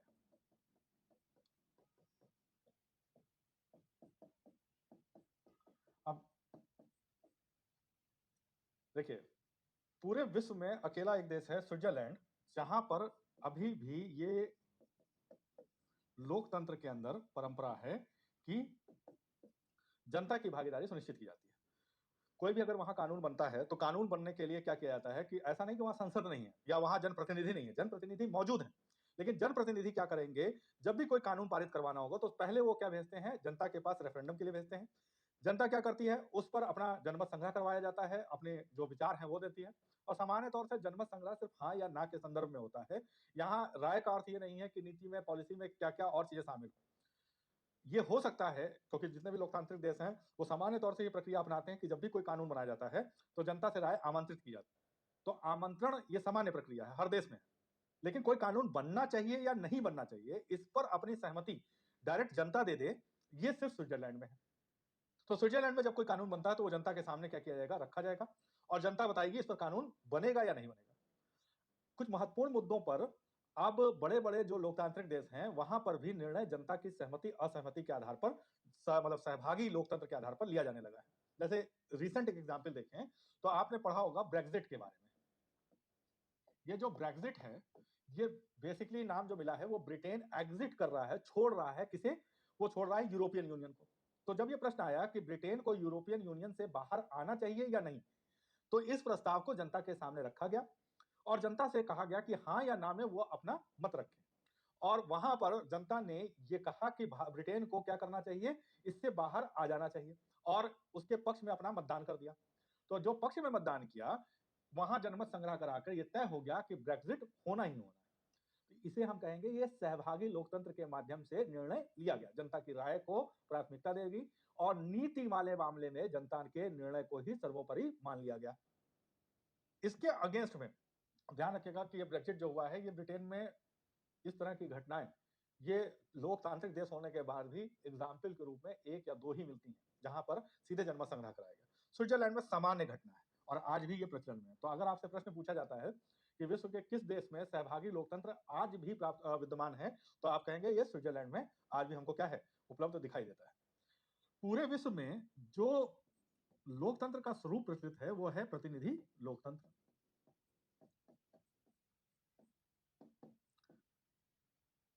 प्रतिनिधि लोकतंत्र से आशय क्या है? प्रतिनिधि लोकतंत्र से आशय है कि जनता क्या करती है, अपने प्रतिनिधियों का चुनाव करती है और ये प्रतिनिधि क्या करते हैं, जनता के लिए नीति निर्माण का कार्य करते हैं। जनता प्रतिनिधियों को चुनेगी, प्रतिनिधि नीति निर्माण करेंगे। इस व्यवस्था के साथ जो चुनौती जुड़ जाती है, वो चुनौती क्या जुड़ जाती है कि अब जो चुने हुए प्रतिनिधि हैं, वो चाहे जैसी नीतियां बनाए, बीच में जब तक उनका कार्यकाल पूरा नहीं हो रहा है, तब तक जनता नीति संबंधी मामलों में अपनी राय देने के लिए स्वतंत्र नहीं होती है। और इसका परिणाम क्या है कि इसे अक्रिय लोकतंत्र बोला जाता है कि अब जनता की भूमिका सीमित दिखाई दे रही है। उसका काम क्या है, प्रतिनिधियों को चुन देना और चुनने के बाद जैसी भी नीतियां बन रही हो, इस बीच में जनता की कोई भूमिका दिखाई नहीं देती है। जैसे मान लीजिए घोटाले पे घोटाला हो रहा है, आप जानते हैं कि आपके प्रतिनिधि जिनको आपने चुन के भेजा है, वो ये घोटालों को अंजाम दे रहे हैं, सीडब्ल्यूजी, 2G, कोलगेट। लेकिन जनता क्या कर सकती है? जनता वेट करेगी और जब नया चुनाव आएगा, तो उन प्रतिनिधियों को हटाकर क्या करेगी, नए प्रतिनिधियों को चुन लेगी और नए प्रतिनिधि चुनकर क्या करेगी, फिर से भेज देगी। अब नया प्रतिनिधि अगर अपनी इच्छा अनुसार कार्य करने लगे, तो जनता के पास कोई अवसर नहीं है। तो यहां पर जनता की भूमिका थोड़ी सीमित दिखाई देती है और इसीलिए जो ये नाम दिया जाता है, इसे वो असहभागी लोकतंत्र या अक्रिय लोकतंत्र भी दिया जाता है। देखिए, पूरे विश्व में वही जो प्रक्रिया है लोकतंत्र की या लोकतंत्र का जो स्वरूप है, वो प्रतिनिधि लोकतंत्र, वही आपको पूरे वर्ल्ड में दिखाई देगा। और उसके पीछे रीजन ये है कि जो सामान्य तौर से जनता के बीच जाकर नीति संबंधी मामलों में राय लेना है, ये एक खर्चीली प्रक्रिया है। इसमें क्या है, धन का व्यय बहुत ज्यादा है। एक चुनाव जितना कराने भर का जो खर्च होता है, वो खर्च क्या हो जाएगा, किसी मुद्दे पर राय लेने में वो जो व्यय है वो दिखाई देगा। इसलिए सामान्य तौर पर विश्व की सभी सरकारें, विश्व के सभी जो देश हैं, वो लोकतंत्र अपनाने के बाद भी इस व्यवस्था पर नहीं जाते हैं। अगर मुद्दा बहुत महत्वपूर्ण होगा, तो भले जनता की राय ले ली जाए, जैसे आपने ब्रेक्जिट के मामले में देखा। लेकिन एक चुनौती यहाँ जो और भी आती है, वो विकासशील देशों में खास तौर पर दिखाई देती है। वो ये है कि विकासशील देशों में राजनीतिक चेतना का स्तर अभी हमको निम्न दिखाई देता है। यानी राजनीतिक मुद्दों पर जनता की राय वो सामान्य तौर से दूसरों से प्रभावित होती है, सेकंड हैंड नॉलेज पर क्या होती है, बेस्ड होती है। और कई मामलों में तो जनता जानती ही नहीं है कि ये मुद्दा बेसिकली क्या है। जैसे एक एग्जाम्पल लेते हैं, जीएसटी। अब जीएसटी बेसिकली क्या है, कैसे काम करेगा, लाभ होगा, हानि होगी, इसके बारे में एक आम व्यक्ति को आज भी समझाना क्या है, वो चैलेंजिंग है। ये तो आप और हम क्या हैं, इस प्रतियोगिता के माध्यम से इस प्रतियोगिता में शामिल हो रहे हैं, तो इसकी गहराई को समझ पाएंगे और समझ के क्या कर रहे हैं कि उस पर अपनी राय बना सकते हैं। लेकिन आप सोचिए कि गांव के गजोदर भैया को जीएसटी क्या समझ में आएगा, उनके लिए जीएसटी का क्या मतलब है। तो गजोदर भैया वो अनजान आदमी है, उनसे पूछो कि जीएसटी लागू होनी चाहिए या नहीं, तो वो दूसरे से पूछेंगे कि भैया तुम बताओ लागू करें या रहने दें। जाहिर सी बात है कि विकासशील देशों में ये चैलेंज क्या कर देगा, ये चैलेंज हमारे सामने बहुत बड़ा क्रिएट करता है। तो प्रतिनिधि लोकतंत्र वो सामान्य तौर पर विकासशील देशों के लिए क्या है, ये एक मजबूरी है कि हम इसी के साथ आगे बढ़े। तो विकासशील देश भी इसी के साथ क्या कर रहे हैं, आगे बढ़ने का जो है कार्य कर रहे हैं। तो ये है जनता के द्वारा शासन। इसमें दो तरीके के आपने देख लिया, सहभागी और प्रतिनिधि लोकतंत्र। और आप ये भी समझ गए हैं कि विश्व में सामान्य तौर पर क्या है, प्रतिनिधि लोकतंत्र ही प्रचलित है। अब हम लोकतंत्र में जो दूसरा टर्म यूज किया जा रहा है उसकी तरफ बढ़ते हैं, और वो टर्म है जनता का शासन। जनता का शासन, इससे हम क्या समझ सकते हैं। देखिए, एक देश है चाइना। तो चाइना ने कहा कि भाई आप कह रहे हो कि हमारे यहाँ लोकतंत्र है, हमारे यहाँ भी लोकतंत्र है। तो सब लोग बोले, जितने बाकी के देश थे, अमेरिका, इंडिया, कि तुम्हारे यहाँ तो लोकतंत्र है ही नहीं, तुम लोकतांत्रिक देश नहीं हो सकते हो, तुम्हारे यहाँ क्या है, एक दल का शासन है, कम्युनिस्टवादी बदल हो, तुम सत्तावादी राज्य हो। तो चाइना बोला कि कैसे नहीं है लोकतंत्र। अरे हमारे यहाँ चुनाव होता है, चुनाव में प्रतिनिधि चुना जाता है, और यह प्रतिनिधि निश्चित कार्यकाल के लिए चुना जाता है। तो जो कुछ लोकतंत्र में हो रहा है भारत में, अमेरिका में, वो तो हमारे यहाँ भी होता है। तो हम कैसे लोकतांत्रिक देश नहीं है और आप कैसे हो गए। तो कहा गया कि देखो तुम क्यों नहीं हो, समझा देते हैं। मामला यह है कि तुम्हारे यहाँ एक चुनाव क्षेत्र है और वहां पर 3 प्रतिनिधि हैं, XYZ। अब ये तीनों किस दल के हैं, कम्युनिस्ट दल के हैं। ये भी है, ये भी उसी दल से है, और ये भी इसी दल से है। जनता इन्हीं तीनों से किसी एक को चुनेगी। अब हमें जरा एक बात बताओ कि एक्स चूज करके आया तो जो पॉलिसी बनेगी वो कैसी बनेगी, कम्युनिज्म बेस्ड। जनता ने एक्स को खारिज कर दिया, वाई को चूज कर लिया, तो भी पॉलिसी बनेगी, तो कैसी बनेगी, कम्युनिज्म बेस्ड। जनता ने जेड को चूज कर लिया, तो पॉलिसी कैसी बनेगी, कम्युनिस्ट बेस्ड बनेगी। तो ये बताओ भैया कि जनता का शासन कहाँ, कम्युनिस्ट दल का शासन बनेगा। जब आएगा तो कम्युनिस्ट दल ही आएगा, और कम्युनिस्ट दल ही क्या करेगा, अपनी पॉलिसी लागू करा देगा। तो इसमें जनता का रोल कहां से बन रहा है। तो भारत ने कहा देखो हमारे यहाँ है, हमारे यहाँ चीजें देखिए। हमारे यहाँ क्या होता है कि एक चुनाव क्षेत्र है, और उस चुनाव क्षेत्र में जो दल खड़े हुए हैं वो ABCD हैं। ये अलग अलग दल के प्रतिनिधि हैं। एक बीजेपी की विचारधारा से प्रेरित है, दूसरा आम आदमी पार्टी, तीसरा कांग्रेस है, चौथा बहुजन समाज पार्टी, पांचवा समाजवादी पार्टी। अगर मिल गए तो एक अलग बात है, वैसे अगर अलग अलग चुनाव लड़ रहे हैं तो अलग अलग क्या कर रहे हैं, विचारधारा पे चुनाव लड़ रहे हैं। जनता को पसंद आया तो उसने क्या किया, ए को चूज कर लिया। जनता को लगा कि नहीं ये बीजेपी की विचारधारा ये हमारे फेवर में काम नहीं कर रही है, तो उसने क्या किया, उसने कहा इसको इस बार नहीं चुनेंगे, अब की हम किसको चुन लेंगे, कांग्रेस को चूज कर लेंगे। जनता ने कहा नहीं नहीं, कांग्रेस वाले 60 साल से जो है शासन कर रहे हैं, मजा नहीं आ रहा है, इसको छोड़ो, किसी तीसरे को चुन लेते हैं। तो केजरीवाल जी पीछे से बोले मैं हूं, तो उन्होंने कहा ठीक है चलो तुम्ही को चुन लेते हैं। तो केजरीवाल जी से ना ना ना मजा नहीं आया, इनको भी बाहर कर दिया। बहन मायावती को चूज कर लेंगे, बहन मायावती नहीं समझ में आएंगे तो नेताजी को चूज कर लेंगे। हर बार प्रतिनिधि बदलने के साथ ही साथ क्या हो रहा है, विचारधारा भी चेंज हो जा रही है।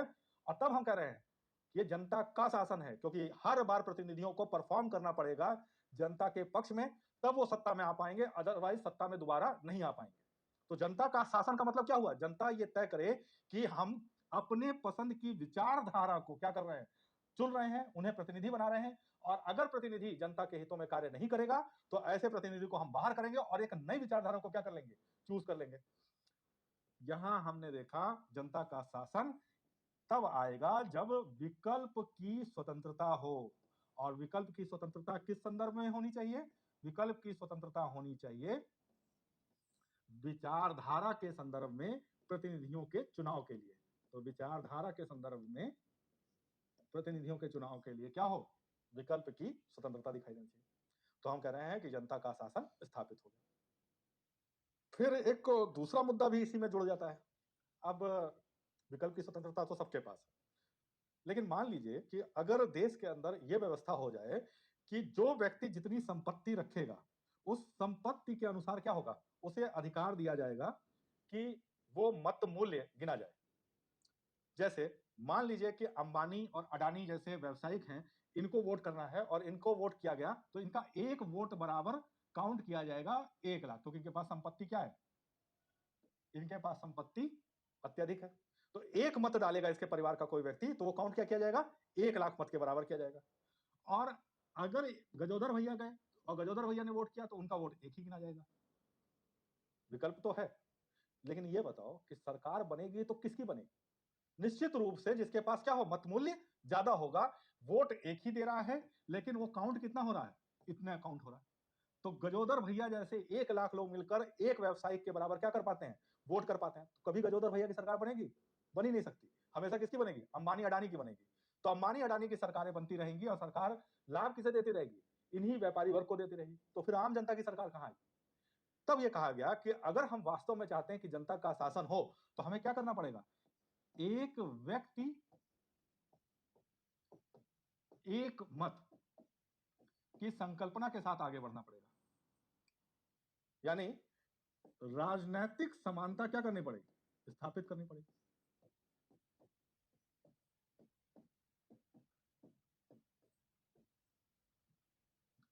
और अगर ये राजनीतिक समानता होगी तो अडानी वोट कर ले या गजोदर भैया वोट कर ले, वोट एक ही गिना जाएगा।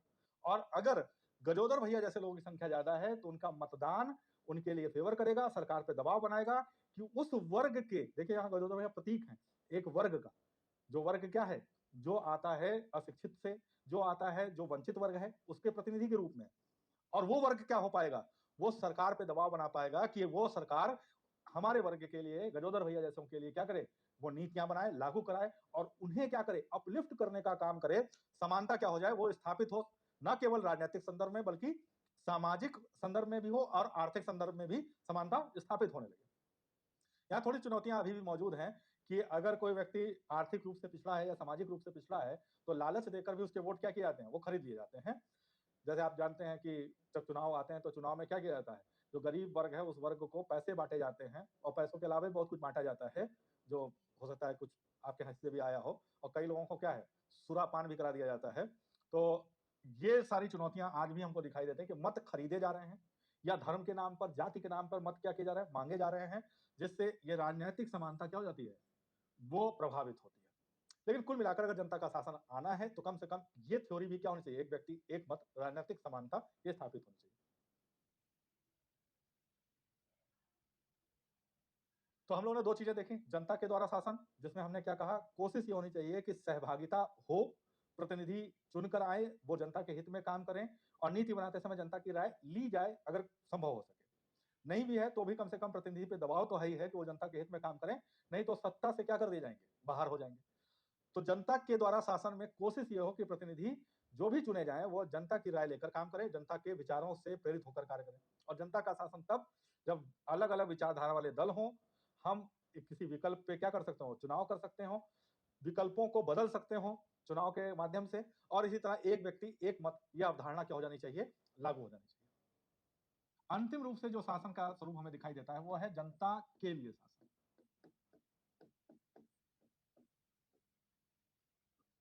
अब जनता के लिए शासन देखिए, सामान्य तौर से ये वो तत्व है जो शासन के ऊपर दबाव बनाता है कि वो एक उत्तरदायी सरकार के रूप में कार्य करे।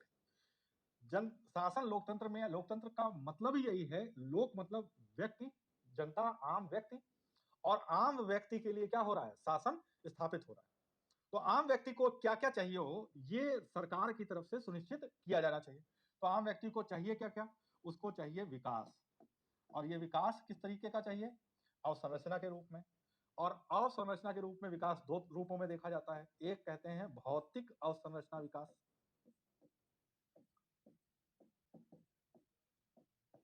और दूसरा कहते हैं सामाजिक अवसंरचना विकास।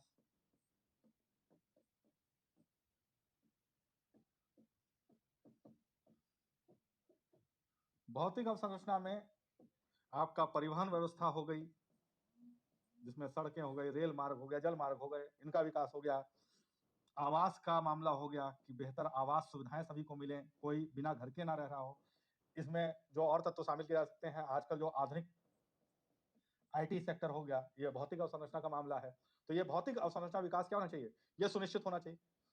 यहाँ भौतिक अवसंरचना में हम ये भी कहते हैं कि इंडस्ट्रियल डेवलपमेंट भी क्या होना चाहिए, वो दिखाई देना चाहिए। इंडस्ट्रियल डेवलपमेंट आएगा तो क्या होगा, रोजगार की संभावनाएं भी बढ़ेंगी, तो हमें रोजगार भी चाहिए। तो उसके लिए इंडस्ट्रियल डेवलपमेंट दिखाई दे, इंडस्ट्रीज बने। और जो सामाजिक अवसंरचना होती है, इस सामाजिक अवसंरचना में मुख्य रूप से क्या क्या आता है, शिक्षा।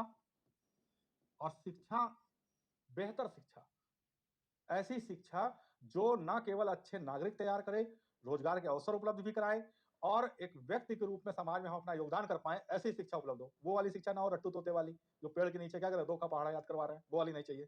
शिक्षा बेहतर होनी चाहिए। या डिग्री कॉलेज वाली ना हो, एक भी दिन कॉलेज नहीं गया, डिग्री हाथ में है, ना टीचर को पता स्टूडेंट क्या है, ना स्टूडेंट को पता कि सिलेबस क्या है। स्वास्थ्य,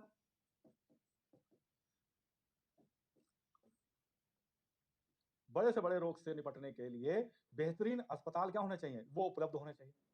ऐसा ना हो कि एक व्यक्ति इलाज के अभाव में क्या है, वो मृत्यु के कगार पहुंच जाए। आज हालात यही हैं। हालात ये हैं कि एम्स जैसे हॉस्पिटल में, जो दिल्ली के अंदर केंद्रीय एम्स है, उसके अंदर क्या है कि लोगों को 5-5, 7-7 साल का क्या करना, वेटिंग करनी पड़ती है। अब एक आदमी के हार्ट की सर्जरी होनी है और उसको पेसमेकर लगाना है, तो उसको कहा जाता है कि भाई कोशिश करो कि 5 साल तक तुम्हारा हार्ट काम करता रहे, अगर जिंदा रह गए तो हम लोग पेसमेकर लगा के तुमको बचा लेंगे, क्योंकि उसके पहले ऑपरेशन नहीं हो सकता। इतना बर्डन है। अगर यही सुविधाएं गांव-गांव में हो जाएं, तो उस व्यक्ति का जीवन बचाना क्या हो जाएगा, संभव हो जाएगा। प्राथमिक जो हॉस्पिटल है, उनकी हालत तो और ज्यादा खराब है। पता चलता है कि क्या है कि वहां पर स्वीपर ही इंजेक्शन दे रहा है। अगर ठीक दे दिया तो बच जाओगे, अगर कहीं दाएं बाएं हो गए तो ये दुनिया छोड़कर उस दुनिया में क्या हो जाओगे, शिफ्ट हो जाओगे। तो ये भगवान के भरोसे चल रही है स्वास्थ्य सुविधा है, तो ये ना हो, अच्छी स्वास्थ्य सुविधा भी क्या होनी चाहिए, उपलब्ध होनी चाहिए। और दूसरी तरफ हमको चाहिए सुरक्षा। सुरक्षा, आर्थिक सुरक्षा भी चाहिए। नौकरी मिलेगी कि नहीं मिलेगी ये नहीं, नौकरी पसंद की ही मिलेगी, ये व्यवस्था होनी चाहिए। इंजीनियरिंग की थी और इंजीनियरिंग करके मजबूरन सिविल सर्विसेज की तैयारी कर रहे हैं, आईएएस बनना चाहते हैं, वो ना हो। इच्छा है कि हम आईएएस बनना चाहते हैं, वो हम आ सकें, इसके लिए जो है तैयारी करें। सुरक्षा भूख के संदर्भ में भी चाहिए, सुरक्षा गरीबी के संदर्भ में भी चाहिए, और सुरक्षा दैहिक संदर्भों में भी चाहिए। कोई भूख से ना मरे, सबको अनाज उपलब्ध हो सके, कोई गरीबी के कारण जो है वो अपना जीवन पालन करने के लिए या मिनिमम सुविधाएं प्राप्त नहीं कर पा रहा है, सरकार से अपेक्षा होगी कि ऐसे गरीब व्यक्ति के जीवन को कैसे सुरक्षित रखे, वो प्रयास कर सके। और दैहिक सुरक्षा की कानून व्यवस्था इतनी बेहतर होनी चाहिए कि हम क्या कर सकें, आसानी से, आराम से यात्रा कर सकें, शहर में बाहर घूम सकें। ये नहीं हो कि रात को 2 बजे घर से लौटना है तो बस भगवान से ये मनाते हुए, अपने ईश्वर से, जिस ईश्वर को आप मानते हैं, चले आ रहे हैं कि आज घर पहुंचा दो, कल से बाहर नहीं निकलेंगे। ये अवधारणा अगर है तो ये हमारे लिए क्या होने वाली है, बहुत ही चुनौतीपूर्ण होने वाली है। हमें चुनौतियां क्या होंगी, दिखाई देंगी। तो लोकतंत्र का जो कुल आशय निकल के आता है, लोकतंत्र का आशय क्या निकल के आता है, वो ये निकल के आता है कि जनता के लिए एक उत्तरदायी सरकार वो सुनिश्चित हो सके। तो ये पूरा पूरा लोकतंत्र की अवधारणा थी। लोकतंत्र में जनता केंद्र में है, सत्ता जनता के लिए बनी हुई है। ये अब हम क्या हो सकता है, ये हम दावे के साथ कह सकते हैं, समझ चुके हैं। अब हम इसमें आगे बढ़ते हुए देखते हैं कि लोकतंत्र की जो प्रणाली है, जो राज्य है, वो पूरे विश्व में किस प्रकार से दिखाई देते हैं। देखिए आपके जो नोट्स हैं कोई बुक के, उसमें ये डिटेल में दिया गया। हम यहाँ उन्हीं संदर्भों पर चर्चा करेंगे जो हमारे लिए क्या है, अत्यधिक आवश्यक है।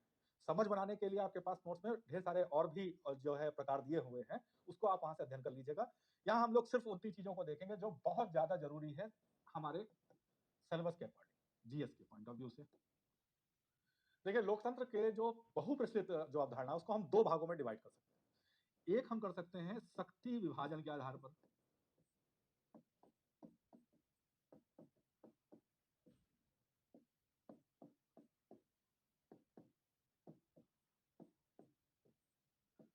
और दूसरा हम कर सकते हैं संस्थाओं के आधार पर।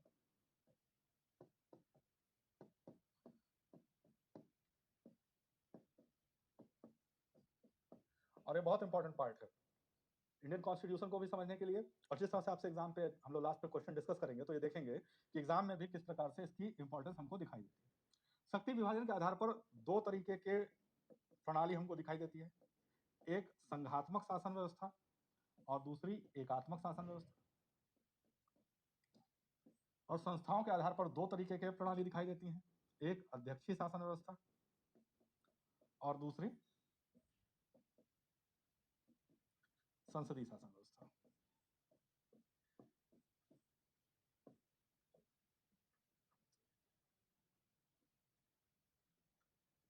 तो हम लोग जो स्टार्ट करेंगे वो संघात्मक शासन व्यवस्था से स्टार्ट करेंगे और देखेंगे कि संघात्मक शासन व्यवस्था के जो मौलिक लक्षण होते हैं वो क्या होते हैं।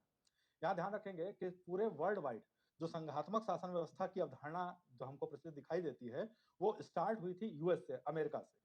तो जो फीचर हमने निकाले हैं, जो हम देखते हैं कि क्या लक्षण होने चाहिए, वो दरअसल सारे के सारे लक्षण कहाँ मिलेंगे, वो सिर्फ अमेरिका में ही मिलेंगे।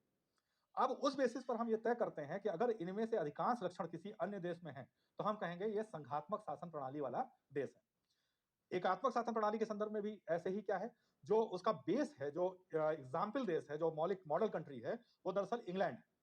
अब जो ये लक्षण है वो सिर्फ इंग्लैंड में 100% है। बाकी देशों में अगर हम देखेंगे कि अधिकांशता ये लक्षण मिल रहे हैं, तो हम कहेंगे वो एकात्मक शासन व्यवस्था का देश है। यहाँ एक चीज और समझ लेनी है, कोई भी देश ऐसा हो सकता है कि वो संघात्मक हो शक्ति विभाजन के आधार पर, और संस्थाओं के आधार पर वो क्या हो जाए, अध्यक्षीय हो जाए, या वो संघात्मक हो और संस्थाओं के आधार पर वो क्या हो जाए, संसदीय हो जाए। तो कोई भी देश दोनों फीचर लेकर चल सकता है, यानी संघात्मक संसदीय शासन व्यवस्था भी हो सकती है, एकात्मक अध्यक्षीय शासन व्यवस्था भी हो सकती है, एकात्मक संसदीय भी हो सकती है, और संघात्मक अध्यक्षीय भी हो सकती है। कॉम्बिनेशन मिलेगा आपको, ठीक। अब हम लोग स्टार्ट करेंगे कि संघात्मक जो लक्षण है वो क्या क्या लक्षण होंगे, तब हम किसी देश को कहेंगे कि ये संघात्मक लोकतंत्र का उदाहरण दिखाई देता है। तो हम लोग स्टार्ट कर देंगे संघात्मक शासन व्यवस्था से। और जैसा हम लोगों ने कहा कि इसकी जो मॉडल कंट्री है वो कौन सी है, वो है यूएस। और हम जानते हैं कि 1776 में क्या हुआ, यूएस आजाद हुआ। अब जब यूएस आजाद हुआ था तो यूएस में कुल 13 जो है वो राज्य उस समय थे। ये जो आपको ये हिस्सा दिखाई दे रहा है पिंक वाला, ये पिंक हिस्सा 13 उन राज्यों के बारे में है जिन्होंने 1776 में क्या किया था, 1776 में जो लड़ाई लड़ी थी स्वतंत्रता के लिए और मिलकर स्वतंत्र कराया था। अब ये जो 13 राज्य हैं, इन 13 राज्यों में आपस में एक समझौता हुआ, एक कॉन्ट्रैक्ट साइन हुआ, और इस कॉन्ट्रैक्ट में यह तय किया गया कि ये 13 राज्य मिलकर एक संघ का निर्माण करेंगे, एक फेडरल स्ट्रक्चर क्रिएट करेंगे, फेडरेशन बनाएंगे, और जो 13 राज्यों की संयुक्त सरकार होगी, यानी ये मिलकर क्या कर रहे हैं, एक संयुक्त सरकार बना रहे हैं। और ये जो संयुक्त सरकार होगी इसको कहेंगे संघीय सरकार, और ये स्ट्रक्चर संघ के रूप में जाना जाएगा। और संघ की जो जहां पर इंग्लिश है वो है फेडरेशन। ध्यान रखेंगे इस बात को, भारत पढ़ते समय ये हमारे काम आने वाला है। संघ के बारे में क्या कहा गया कि संघ के पास कुछ शक्तियां दे दी जाएंगी जो इन राज्यों के बिहाफ पर डिसीजन लेगा। वो शक्तियां क्या होंगी, वो शक्तियां होंगी, उसको हम लोग यहां पर देखेंगे। शक्तियां क्या क्या हो सकती हैं, विदेश मामले में निर्णय लेना, यानी विदेशों के साथ संबंध,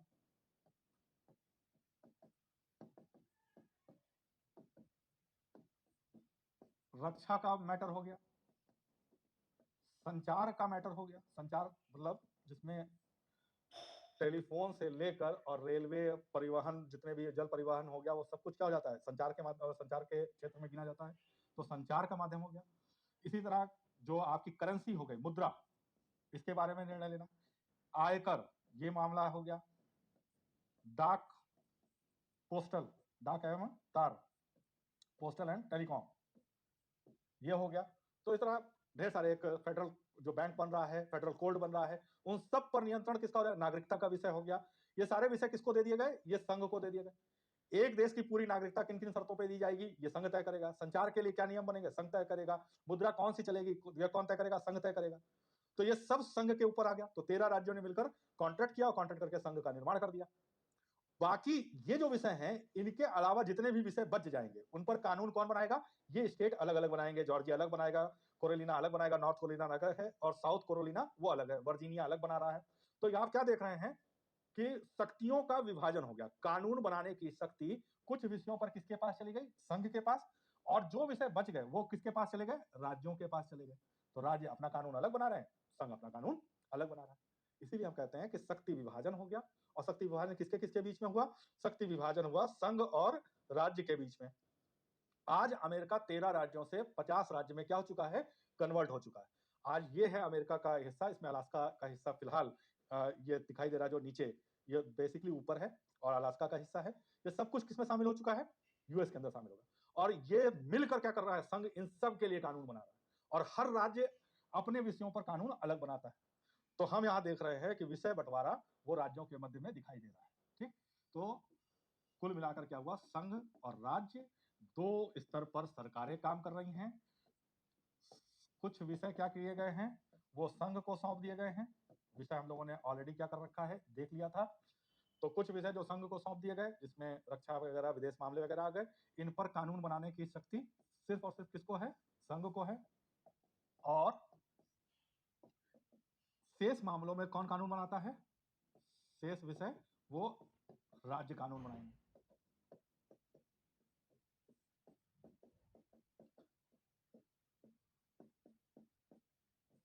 इसको कह रहा है शक्ति विभाजन हो गया। ठीक, अब देखिए, अब आगे चीजों को देखते हैं।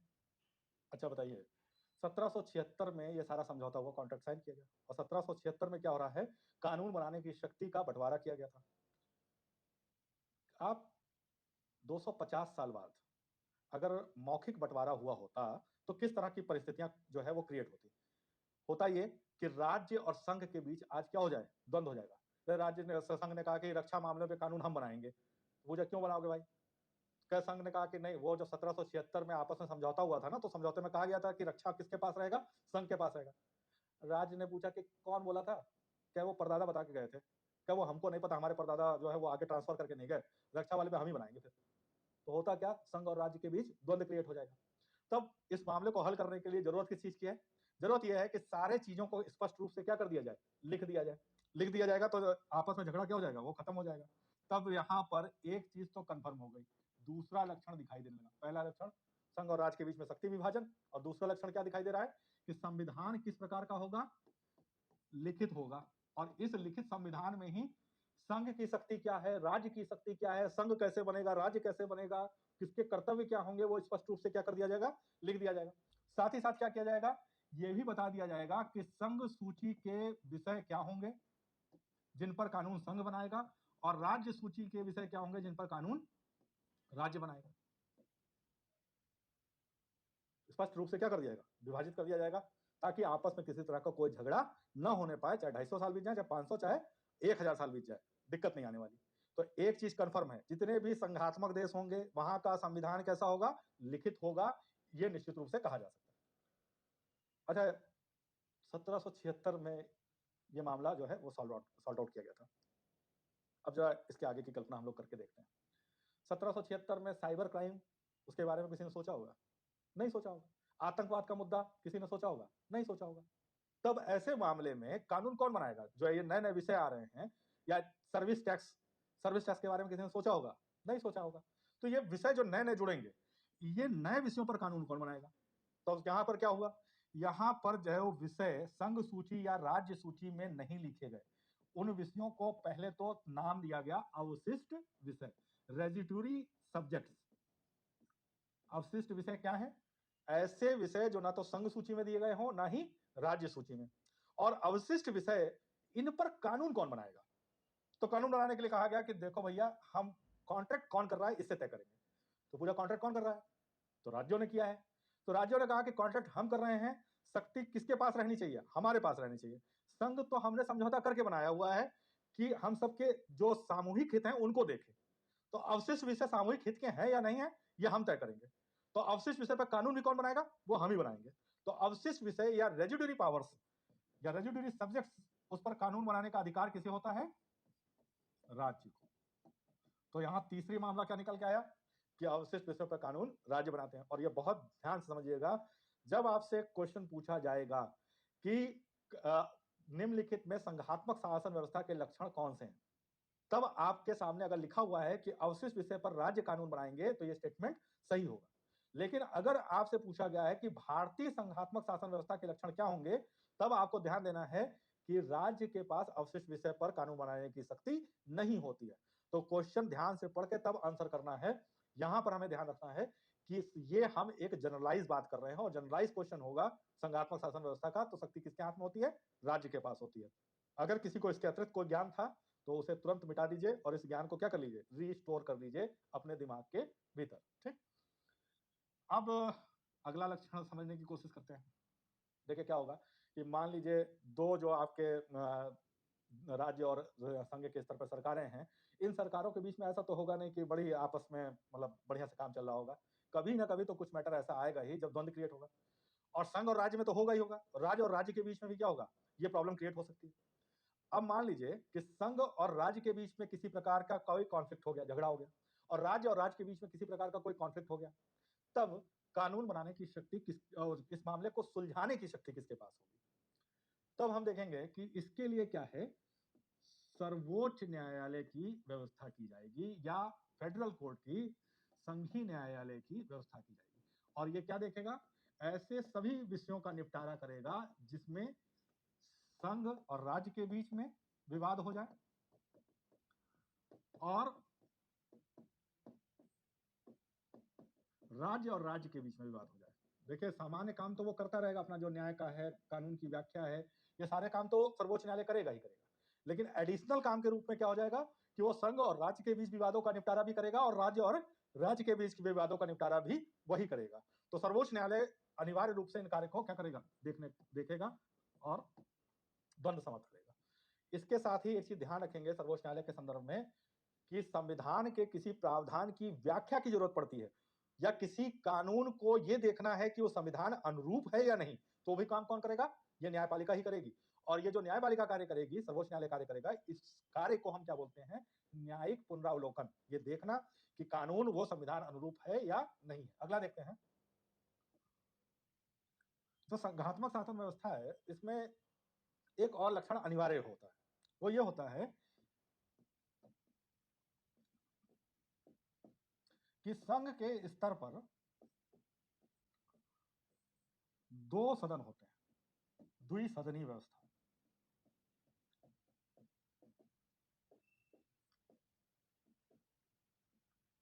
एक निम्न सदन होता है या इसे लोकप्रिय सदन भी कहते हैं,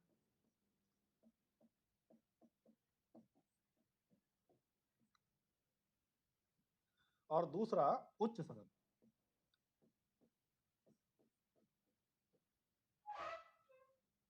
सामान्य तौर से जो निम्न सदन होता है, निम्न सदन में जो जनता के द्वारा सीधे चुने हुए प्रतिनिधि होते हैं वो शामिल होते हैं और ये एक निश्चित कार्यकाल के लिए चुने जाते हैं।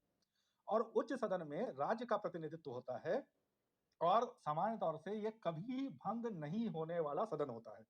तो निम्न सदन एक निश्चित समय सीमा के लिए और उसके बाद भंग हो जाएगा, फिर नए सिरे से चुना जाएगा। उच्च सदन ये कभी भंग नहीं होगा। ये चूंकि जनता का प्रतिनिधित्व करता है इसलिए क्या करेगा, जनहित के अनुरूप कानून बनाने का प्रयास करेगा और कोई भी कानून बने उसमें राज्यों का हित भी समाहित हो जाए, ये सुनिश्चित करने का काम कौन करेगा, उच्च सदन। ये राज्यों का प्रतिनिधित्व करता है। जैसे मान लिया अभी हम लोगों ने देखा था कैलिफोर्निया है, अब कैलिफोर्निया के अपने हित अलग हो सकते हैं और आम जनता के हित अलग हो सकते हैं। एक एग्जाम्पल से समझते हैं, तो भारत की अगर हम बात करें ज्यादा आसानी से आप समझ पाएंगे, जीएसटी इंट्रोड्यूस किया गया। अब ये कहा गया कि जीएसटी में क्या हो जाएगा, टैक्स क्या कर देंगे हम, वो मिनिमाइज कर देंगे। टैक्स मिनिमाइज होगा तो इसका फायदा किसको मिलने वाला है, टैक्स मिनिमाइज होगा तो फायदा मिलेगा जनता को। तो जनता तो बहुत खुश है कि जीएसटी लागू हो जाए और इससे क्या हो जाए, हमको सस्ते सामान मिलना शुरू हो जाए। लेकिन इससे एक नुकसान क्या हो सकता है कि राज्यों का जो राजस्व आज है, जो रेवेन्यू आज वो प्राप्त कर रहे हैं, वो रेवेन्यू में भी क्या हो जाए, कटौती हो जाए। तो राज्य कभी ये नहीं चाहेंगे कि इतना टैक्स कम किया जाए कि हमारा रेवेन्यू ही क्या हो जाए, वो कम हो जाए और हम अपने डेवलपमेंट को इंश्योर ना कर पाए। तो राज्य ये देखेंगे कि एक संतुलन क्रिएट हो जाए। तो यहाँ संतुलन क्रिएट रहे, राज्य का हित प्रभावित ना हो, इसलिए उच्च सदन का होना जरूरी होता है। तो जितने भी संघीय ढांचा होगा, जहां अलग अलग राज्यों ने मिलकर संघ का निर्माण किया होगा या अलग अलग राज्यों के मिलाकर क्या हुआ है, संघ का निर्माण हुआ है, वहां उच्च सदन का होना भी क्या होता है, अनिवार्य होता है। तो एक जो और लक्षण हमें दिखाई दिया वो क्या है, द्विसदनीय व्यवस्था। सामान्य तौर से जितने संघीय देश होते हैं वहां राज्यों का अपना एक अलग संविधान भी होता है और उस संविधान के हिसाब से राज्य क्या करते हैं, कार्य करते हैं। और चूंकि राज्यों का अपना एक संविधान अलग होता है, इसलिए एक लक्षण अनिवार्य रूप से संघीय ढांचे में दिखाई देता है, वो है दोहरी नागरिकता। इसका अर्थ क्या हुआ, एक व्यक्ति राज्य का भी नागरिक होगा और संघ का भी नागरिक होगा। जैसे अभी हम लोगों ने यूएस का जो मैप देखा था, उस यूएस के मैप में ये है California, Arizona, Nevada, Washington, Montana. अब कोई व्यक्ति जो कैलिफोर्निया में रह रहा है, तो वो कैलिफोर्निया का भी क्या हो गया, नागरिक हो गया। और कैलिफोर्निया के साथ साथ वो किसका नागरिक हो गया, वो यूएस का भी नागरिक है। देखिए इसमें है क्या, नागरिकता दोहरी क्यों दी जाती है? नागरिकता दोहरी इसलिए दी जाती है कि मान लीजिए कोई व्यक्ति कैलिफोर्निया का नागरिक है, कैलिफोर्निया का नागरिक वो क्या कर रहा है, वो माइग्रेट कर रहा है, नेवादा में आ रहा है, नेवादा में आ रहा है और यहां आकर वो जमीन खरीदना चाहता है।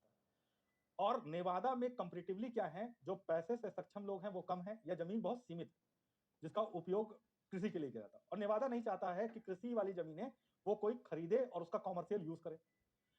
तो अगर कानून ये बना रहे जो पूरे देश के लिए जैसा हो कि नागरिक कहीं भी जमीन खरीद सकता है, तो नेवादा क्या हो जाएगा, नेवादा दुष्प्रभाव में चला जाएगा। वहां की कृषि भूमि कोई खरीद लेगा, कॉमर्शियल यूज कर लेगा, उसका अपने बिजनेस पर्पज से यूज कर लेगा, और ये नेवादा राज्य के लिए नुकसान की चीज है।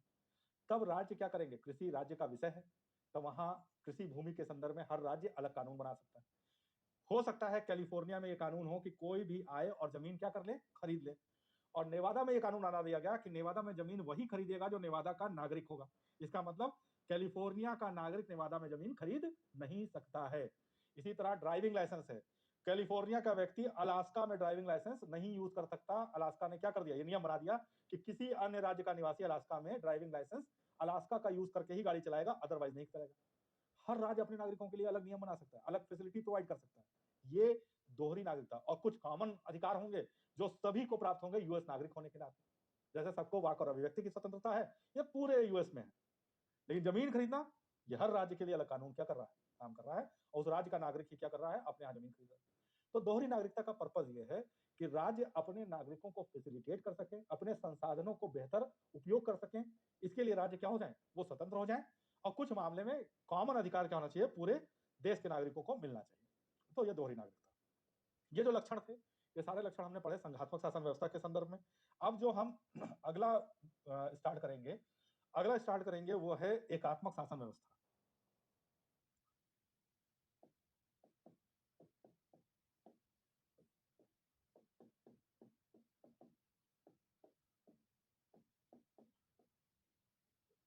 एकात्मक शासन व्यवस्था बहुत आसान, क्योंकि अभी हम लोगों ने संघ पढ़ लिया, तो अब यहाँ पर ज्यादा समस्या नहीं है। हमने वहां देखा था कि राज्यों ने आपस में समझौता किया था, 13 राज्य देखे थे और 13 राज्यों ने समझौता करके संघ का निर्माण किया था। जितने भी एकात्मक देश होते हैं उसमें राज्य हो सकते हैं, राज्य तो हो सकते हैं, लेकिन राज्यों के मध्य कोई समझौता नहीं होता है। एक ही सरकार होती है, और वो सरकार होती है राष्ट्रीय सरकार। और राष्ट्रीय सरकार ही क्या करती है, वो राज्यों के लिए कानून बनाने का कार्य करती है। तो यहां सभी कानून कौन बनाएगा, राष्ट्रीय सरकार बनाएगी, और वही क्या करेगी, हर राज्य पे इस कानून को लागू कर देगी। तो जाहिर सी बात है, यहाँ पर किसी प्रकार का विषय बंटवारा हमको दिखाई नहीं देता। सारे कानून बनाने का अधिकार एक ही सत्ता के पास है, वो राष्ट्रीय सरकार है, और वही कानून बनाकर हर राज्य के अंदर क्या कर रही है, लागू कर दे रही है। अब अगर शक्ति विभाजन नहीं है, तो क्या लिखित संविधान की आवश्यकता होगी? नहीं, कोई विवाद ही नहीं होना है। जब राज्य को कोई अधिकार ही नहीं है तो क्या जरूरत है कि लिख के दें। तो इसलिए यहां आप देख सकते हैं कि अलिखित संविधान है। अब ये ध्यान रखिएगा, ये कंपल्सन नहीं है।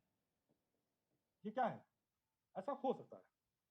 सामान्य तौर से जितने भी एकात्मक शासन व्यवस्था के देश हैं, वहां संविधान कैसा होता है, अलिखित होता है। और इंग्लैंड का एग्जाम्पल ऑलरेडी हमने क्या है, वो दे रखा है। तो इंग्लैंड में अलिखित संविधान है। इसी तरह अवशिष्ट शक्ति पर चर्चा की जाए, किसके पास होगी? तो जब सरकार अकेली है, राष्ट्रीय सरकार है, तो सारी अवशिष्ट शक्तियां किसके पास होंगी? सारी शक्तियां राष्ट्रीय सरकार के पास। तो ये अवशिष्ट विषय जैसा कोई कॉन्सेप्ट ही नहीं होगा। तो अवशिष्ट विषय, ये सब कुछ संघ के पास, सभी विषय संघ के पास है। अगर दो राज्यों के बीच में झगड़ा हो जाए, संघ और राज्य के बीच में झगड़ा हो जाए, निपटारा कौन करेगा? सर्वोच्च न्यायालय। तो बिल्कुल नहीं करेगा, क्योंकि जो करना है वो किसे करना? पहली बात तो संघ के साथ कोई विवाद नहीं, सत्ता किसके हाथ में? इसके पास। राज्य राज्य ज्यादा ज्यादा झगड़ा कर सकते हैं, करे, उसके लिए कौन बैठा हुआ है? राष्ट्रीय सरकार बैठी हुई है। वो क्या करेगी? सारा निपटारा कर देगी। सर्वोच्च न्यायालय की कोई जरूरत नहीं है यहाँ पर। सर्वोच्च न्यायालय ऐसा नहीं है, होगा ही नहीं। इंग्लैंड में 2009 में सर्वोच्च न्यायालय की स्थापना की गई। इसके पहले तक हाउस ऑफ लॉर्ड्स वो डायरेक्टली क्या करता था, वो सर्वोच्च न्यायालय के रूप में काम करता था। लेकिन 2009 से एक सेपरेट सुप्रीम कोर्ट क्या कर दिया गया, एस्टेब्लिश कर दिया गया। सुप्रीम कोर्ट का काम सिर्फ इतना है कि वो क्रिमिनल और सिविल मामलों में अपील सुने।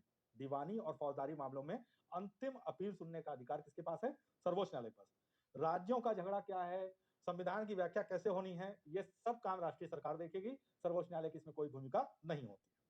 और यहां पर जो आपका नागरिकता होती है वो क्या होती है? इकहरी नागरिकता होती है, या इसे हम एकल नागरिकता भी कहते हैं। तो यहां पर जो नागरिकता होती है वो किस प्रकार की है? एकल नागरिकता होती है।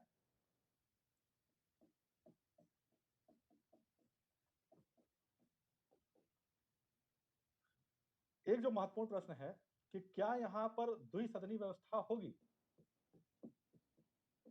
देखिए, दो सदन तो हो सकते हैं, हाउस ऑफ कॉमन और हाउस ऑफ लॉर्ड्स, ये दो सदन क्या हो सकते हैं? वो हो सकते हैं।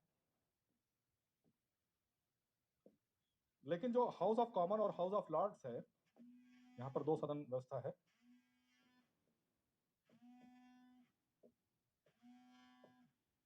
दूसरी तरफ है हाउस ऑफ लॉर्ड्स। तो ये द्विसदनी व्यवस्था तो यहां पर मौजूद है। लेकिन यहां जो दूसरा सदन है, जिसे उच्च सदन कहते हैं, हाउस ऑफ लॉर्ड्स, ये राज्यों का प्रतिनिधित्व नहीं करता। इसकी जो भूमिका है वो एक विशेषज्ञ सदन की है। यानी अगर कोई कानून हाउस ऑफ कॉमन, जो कि यहाँ का निम्न सदन है, जनता लोकप्रिय सदन है, ये अगर कोई कानून बनाएगा तो उस कानून को बेहतर बनाने के लिए सुझाव कौन देगा? हाउस ऑफ लॉर्ड्स देगा। इससे ज्यादा हाउस ऑफ लॉर्ड्स की कोई भूमिका हमें दिखाई नहीं देती। तो दोनों जगह हम देख रहे हैं द्विसदनीय व्यवस्था है। आपने अभी संघात्मक में भी देखा, लेकिन वहां पर उच्च सदन की भूमिका क्या हो जाती है? वो डिफर कर जाती है। और वो उच्च सदन की भूमिका क्या किस रूप में हो जाती है? राज्यों के हितों को सुनिश्चित करने के संदर्भ में। और यहाँ उच्च सदन क्या है? एक विशेषज्ञ सदन है। देखिए, इसके आपको कुछ हम फिगर दिखाते हैं। ये अमेरिका का हाउस ऑफ रिप्रेजेंटेटिव है, और अमेरिकी हाउस ऑफ रिप्रेजेंटेटिव जनता लोकप्रिय सदन है, ये वहां कार्य करता है। इसी तरह ये अमेरिका का जो आप देखते हैं सीनेट, तो हाउस ऑफ रिप्रेजेंटेटिव निम्न सदन, और ये सीनेट है जो क्या है? उच्च सदन है। और ये जो राज्यों के हितों को काम करता है। यहाँ संख्या बल कम होता है, हर राज्य से दो प्रतिनिधि ही क्या किए जाते हैं? चुने जाते हैं।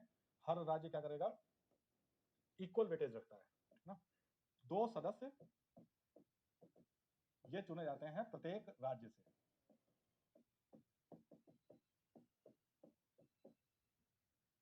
तो यहां पर क्या दिखाई देता है? हर राज्य का वेटेज हमको क्या दिखाई दे रहा है? इक्वल दिखाई दे रहा है, बराबर दिखाई दे रहा है। अब अगर आप चर्चा करेंगे इंग्लैंड की, तो ये इंग्लैंड का हाउस ऑफ कॉमन है। और यहाँ जो रिप्रेजेंटेटिव चूज किए जाते हैं, ये जनता के जो पॉपुलेशन है उसके जो रेशियो है, उस रेशियो के अकॉर्डिंग किए जाते हैं। और हाउस ऑफ कॉमन ये क्या है? वहां का लोकप्रिय सदन है, जनता डायरेक्ट चूज करके भेजती है। और ये वहां का हाउस ऑफ लॉर्ड्स है। यहाँ पर हाउस ऑफ लॉर्ड्स का मतलब ये है, लॉर्ड्स कहते थे, हाउस ऑफ लॉर्ड्स का जो संज्ञा दी जाती थी, वो हाउस ऑफ लॉर्ड्स, लॉर्ड मतलब होता था भगवान। और भगवान किस संदर्भ में? ये जमींदार लोग हुआ करते थे वहां के, और जमींदार आकर क्या करते हैं? यहाँ बैठते हैं। इनकी संख्या आज 750 से ऊपर है। जितने भी समाज के प्रतिष्ठित वर्ग के लोग हैं, अब तो खैर जमींदारों के अतिरिक्त, क्योंकि जमींदारी परंपरा धीमे धीमे समाप्त होती गई। जब ये शुरू हुआ था हाउस ऑफ लॉर्ड्स, तो बेसिकली जमींदारों को ही यहाँ क्या किया जाता था? यहाँ पर स्थान दिया जाता था। और जमींदार आकर क्या करते थे? ये उनके लिए कॉफी हाउस टाइप का था। आके बैठते थे, उनकी प्रतिष्ठा उनको लगता था बनी हुई है, भूमिका बनी हुई है। धीमे धीमे वहां से लॉर्ड्स में जो ये जमींदारों की संख्या थी उनको कम किया गया, और जमींदारों की जगह अब क्या होने लगा है? जो विशिष्ट वर्ग के लोग हैं, यानी उद्योगपति वर्ग से लोग हैं, शिक्षा शैक्षिक वर्ग से लोग हैं, लॉयर हैं, उनको क्या किया जाता है? यहाँ स्थान दिया जाता है। कई बार तो ये हालात आ जाते हैं कि इसमें बैठने की जगह नहीं बचती है, मतलब इतने संख्या में लोग पहुंच गए। यहाँ कोई संख्या बल निश्चित नहीं है, जो प्रबुद्ध वर्ग होगा उसको यहाँ क्या कर दिया जाएगा? वहां भेज दिया जाता है। तो हाउस ऑफ लॉर्ड एक विशेषज्ञ सदन के रूप में कार्य करता है, इससे ज्यादा इसकी कोई भूमिका दिखाई नहीं देती है। तो दो सदन तो हैं, लेकिन भूमिकाएं बिल्कुल डिफरेंट किस्म की हैं। ठीक, तो ये दोनों एकात्मक, संघात्मक, और आपने क्या देखा कि लक्षण किस प्रकार के हैं और किस प्रकार का अंतर दोनों के बीच में दिखाई दे रहा है। जो दूसरा विभाजन हम लोगों ने देखा था, वो देखा था संस्थाओं के आधार पर। और जो संस्थाओं के आधार पर विभाजन है, इसमें भी दो तरह के विभाजन हम लोगों ने देखे थे। और उसमें पहला हम लोग देख रहे थे अध्यक्षात्मक। तो जो अब हम लक्षण देखेंगे वो अध्यक्षात्मक शासन व्यवस्था का देखेंगे, और एक एक करके देखेंगे कि किन किन चीजों को हम यहाँ प्राप्त कर सकते हैं। तो अगली जो हमारी हेडिंग है वो है अध्यक्षात्मक और अध्यक्षात्मक के जो लक्षण हैं, बेसिकली ये मॉडल कंट्री के रूप में यूएसए है यहाँ पर। और अध्यक्षात्मक क्यों कहते हैं, क्या लक्षण है अध्यक्षात्मक का, पहला वो हम देख लेते हैं। देखिए, दो चीजें होती हैं, एक है राज्य या देश का प्रतिनिधि प्रमुख, और दूसरा होता है सरकार का प्रमुख।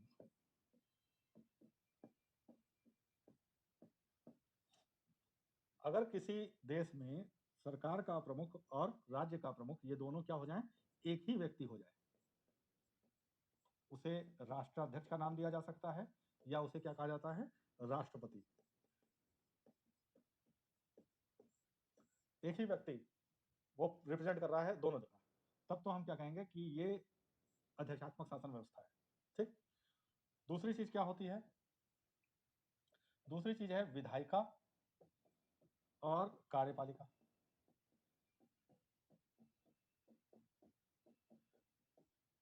कार्यपालिका कानून लागू कराने वाली संस्था, और कानून लागू कराने की संस्था का मतलब है कि राष्ट्रपति, और जिसका चुनाव वो अलग हो जाए, और जो कानून बनाने वाली संस्था है जिसे हम कहते हैं सांसद, इसका चुनाव अलग हो जाए। तो अगर विधायिका का चुनाव अलग और कार्यपालिका का चुनाव अलग है तो शासन व्यवस्था कैसी है, अध्यक्षात्मक शासन व्यवस्था है। तो दो लक्षण इंपॉर्टेंट कौन कौन से हैं, एक ही व्यक्ति देश का प्रमुख है और सरकार का प्रमुख है, और दूसरा चुनाव विधायिका का अलग हो रहा है, कार्यपालिका का अलग हो रहा है।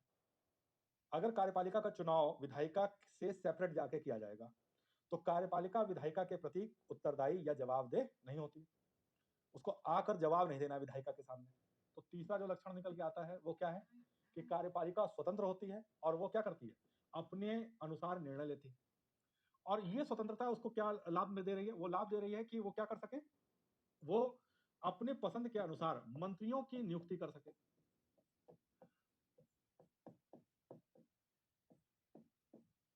कुल मिलाकर इसका अर्थ जो निकल के आ रहा है कि जो मंत्रीगण है वो भी विधायिका का हिस्सा नहीं है। विधायिका यहाँ ध्यान रखिएगा, जो समझने की कोशिश कीजिएगा, अभी हम लोगों ने क्या कहा था, हाउस ऑफ रिप्रेजेंटेटिव होगा या सीनेट होगा। तो सीनेट का सदस्य होना या हाउस ऑफ रिप्रेजेंटेटिव का सदस्य होना ये किसी मंत्री के लिए, राष्ट्रपति के लिए जरूरी नहीं है। तो मंत्रियों को अपनी इच्छा अनुसार नियुक्त करो, जब वो सदस्य वहां का इंपॉर्टेंट ही नहीं है तो अपने हिसाब से करो। तो देश का सबसे अच्छा अर्थशास्त्री वो अर्थ क्या हो गया, उसको बना दिया वित्त मंत्री। जो रक्षा मंत्रालय में सबसे बढ़िया जो है वहां का चीफ रह चुका है, कमांडर इन चीफ, उसको क्या बना दिया, रक्षा मंत्री बना दिया। तो हर क्षेत्र के विशेषज्ञ को क्या कर सकते हैं, उसे आप मंत्री के रूप में नियुक्त कर सकते हैं। और फायदा क्या होगा, फायदा यह होगा कि विशेषज्ञ अगर मंत्री बनेगा तो हमेशा कानून कैसा बनाएगा, वो विशेष जो राज्य के हित का होगा, जनता के हित का होगा, वैसा कानून बनाने के लिए वो सक्षम हो सकेगा। तो हमेशा नीतियां क्या होंगी, वो विकास के लिए बनेंगी, देश के हितों के लिए बनेंगी। दूसरी बात यहां पर क्या दिखाई देती है, जो इसके अलावा दिखाई देती है कि इनको कार्यकाल से पहले हटाया नहीं जा सकता। तो कार्यकाल निश्चित होता है मंत्रियों का और राष्ट्रपति का। जैसे अमेरिका में डोनाल्ड ट्रंप साहब है, और ट्रंप साहब से बहुत लोग नाराज चल रहे हैं, कई सांसद नाराज चल रहे हैं, लेकिन अगर 4 साल के लिए चुन लिए गए हैं तो 4 साल तक रहेंगे। एक ही तरीका है कि महाभियोग लगा के हटा दिया जाए, लेकिन उसकी प्रक्रिया अपने आप में इतनी कठिन है कि महाभियोग से ट्रंप साहब को हटा पाना वो चुनौतीपूर्ण कार्य है। तो एक बार बन गए तो 4 साल तो रहेंगे, अब इसके बाद ही हटाए जा सकते हैं। इससे लाभ भी है, हानि भी है। और अभी आप जो है रिसेंटली क्या हुआ है, ट्रंप साहब के अगेंस्ट में एक मोशन पास भी किया जाना महाभियोग को लेकर कि महाभियोग उनके विरुद्ध लगाया जाए, लेकिन वो पारित हो पाना ये संभव दिखाई नहीं दे रहा है क्योंकि वो पारित हो पाएगा। अब कार्यकाल अगर निश्चित है तो स्वतंत्र निर्णय ले रहे हैं, जो सही लग रहा है वो काम कर रहे हैं। ईरान खिलाफ एक्शन लेना है, करेंगे। अफगानिस्तान से सेना बुलानी है, करेंगे, कोई दबाव नहीं है। ये जरूर है कि सीनेट से परमिशन लेनी पड़ती है, लेकिन सामान्य तौर से जब डिसीजन ले लिया तो ले लिया, उसके बाद परमिशन जो लेनी है देनी है वो क्या होगा, वो बात की बात है। तो आप स्वतंत्र निर्णय ले सकते हैं, और निर्णय अगर स्वतंत्र होके लेंगे तो देश हित के बहुत से काम जो अलोकप्रिय होते हैं वो भी क्या हो जाएगा, वो डिसीजन ले पाएंगे। तो यहाँ एक फायदा तो ये है कि आप डिसीजन मेकिंग पावर आपके हाथ में आ गई, तो आप अच्छे निर्णय, अलोकप्रिय निर्णय, हित के, देश हित के निर्णय, जनहित के निर्णय ले तो पाएंगे। दिक्कत कहां है कि ये जो आपको स्वायत्तता मिल गई है, ऑटोनॉमी आपके हाथ में आ गई है, ये तानाशाही की ओर बढ़ा देती है। ऐसे निर्णय भी ले सकते हैं जो सही नहीं है, देश हित में नहीं है, लेकिन ले रहे हैं क्योंकि आपको पता है हटाना नामुमकिन टाइप की चीज है। तो ये अपने आप में एक चुनौती का मामला हमें दिखाई देता है। इसके अलावा जो यहाँ पर और महत्वपूर्ण चीज है वो क्या दिखाई देती है, वो ये दिखाई देती है कि कार्यपालिका के पास वीटो शक्ति होती है। वीटो शक्ति क्या है? इनकार करने की ताकत, मना करने की क्षमता। मना करने की क्षमता किस बात के लिए भाई? देखिए, विधायिका का काम है कानून बनाना और कार्यपालिका का काम है कानून को लागू करना। मान लीजिए कोई कानून ऐसा है जिसे कार्यपालिका ये समझती है कि लागू कराना जनता के लिए या देश के लिए ठीक नहीं है, या वो यही सोच रहा है कि मेरी लोकप्रियता के लिए ठीक नहीं है, तो वो क्या करेगा? ऐसे कानून को लागू कराने से मना कर देगा। इसे कहते हैं वीटो पावर, वीटो शक्ति, कानून लागू करने से मना करने की शक्ति। जो अमेरिकी प्रेसिडेंट होता है उसके पास वीटो करने की जो पावर है वो कई कंडीशंस में, जैसे वो कुछ मामलों में क्या कर सकता है? एब्सोल्यूट वीटो कर सकता है, आत्यांतिक। इसको हम लोग बाद में फिर से चर्चा करेंगे जब भारत पढ़ेंगे, भारतीय संविधान और राष्ट्रपति भारत का पढ़ेंगे तो वहां फिर से चर्चा करेंगे। अभी संक्षिप्त में समझ लीजिए, आत्यांतिक वीटो क्या होता है? कानून लागू कराने से पूरी तरह मना कर दे कि ला भाई नहीं लागू करना है, मना, मना तो मना, बात खत्म। आपने प्रस्ताव रखा, सामने वाले ने मना कर दिया कि ना इसको हम नहीं लागू करेंगे, कदम। दूसरा होता है विशेषित वीटो। विशेषित वीटो क्या है? कि अगर संसद के दोनों सदन 2/3 सदस्य संख्या के समर्थन से विधेयक को पुनः पारित कर दें, तब क्या होगा? लागू करना पड़ेगा। तीसरा क्या होता है? सस्पेंसिव वीटो, निलंबनकारी। मान लीजिए राष्ट्रपति ने मना किया कि साइन नहीं करेंगे, संसद ने कहा कि हम साधारण बहुमत से ही पारित कर देते हैं। साधारण बहुमत मतलब जितने सदस्य हैं उनके आधे से एक अधिक, जो भी उस दिन प्रेजेंट थे उनके आधे से एक अधिक। जैसे मान लीजिए कि कुल मिलाकर 70 सदस्य ही थे, तो 36 लोगों ने फेवर में जो है वो अपना समर्थन दे दिया, तो वीटो पारित, वो विधेयक पारित मान लिया जाएगा और फिर राष्ट्रपति को साइन करना ही करना पड़ेगा। तो विशेषित और निलंबनकारी, अगर क्या होगा? संसद दोबारा पारित कर दे रही है तो राष्ट्रपति बाध्य हो जाएगा। और अंतिम जो वहां का बहुप्रचलित है वो है जेबी वीटो। होता क्या है अमेरिका में कि कोई भी विधेयक जो संसद के दोनों सदन से पारित होकर राष्ट्रपति के पास जाता है, उस पर 10 दिन के भीतर राष्ट्रपति को क्या करना पड़ता है? साइन करना पड़ता है। और अगर मान लीजिए राष्ट्रपति ऐसे समय में विधेयक पहुंचा जब क्या हो रहा है कि सदन के सिर्फ 10 ही दिन बाकी हैं, सत्र के 10 दिन बाकी हैं, तो राष्ट्रपति क्या करता है? अपना साइन करने से ना तो मना करता है और ना ही हाँ कहता है, यानी ना हाँ कर ना कर, और ये विधेयक को क्या कर लेता है? पॉकेट में डाल लेता है। और 10 दिन बाद वो विधेयक अपने आप ही क्या मान लिया जाता है कि खत्म हो गया, फाइनली वो क्या हो गया? लैप्स कर गया, समाप्त हो गया। तो ये पावर उसके पास क्या है? ये एक बहुत शक्तिशाली पावर है। ऐसे विधेयक जिसको वो पारित नहीं करना चाहता है और जनता के बीच में मैसेज क्या क्रिएट करना चाहता है कि वो अपनी तरफ से मना भी नहीं कर रहा है और हाँ भी नहीं कर रहा है, तो वो इस विधेयक को क्या करता है? अपने जेब में डाल लेता है और विधेयक पारित होने से रोक लेता है। तो ये हो गया जेबी वीटो। ये अमेरिकी, हमें क्या दिखाई देता है? राष्ट्रपति के पास मौजूद दिखाई देता है अमेरिका में, ये बहुप्रचलित है। नेक्स्ट अब हम जो देखेंगे वो है संसदीय शासन व्यवस्था, उसके लक्षण हमको क्या दिखाई दे रहे हैं।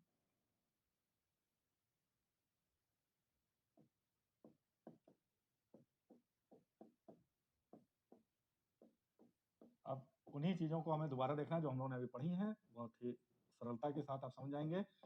राज्य का प्रमुख और सरकार का प्रमुख, राज्य मतलब देश की बात होगी, तो राज्य का प्रमुख और सरकार का प्रमुख, अगर दोनों व्यक्ति अलग अलग हैं, जैसे राज्य का प्रमुख हो गया राष्ट्रपति या राजा या रानी, और सरकार का प्रमुख है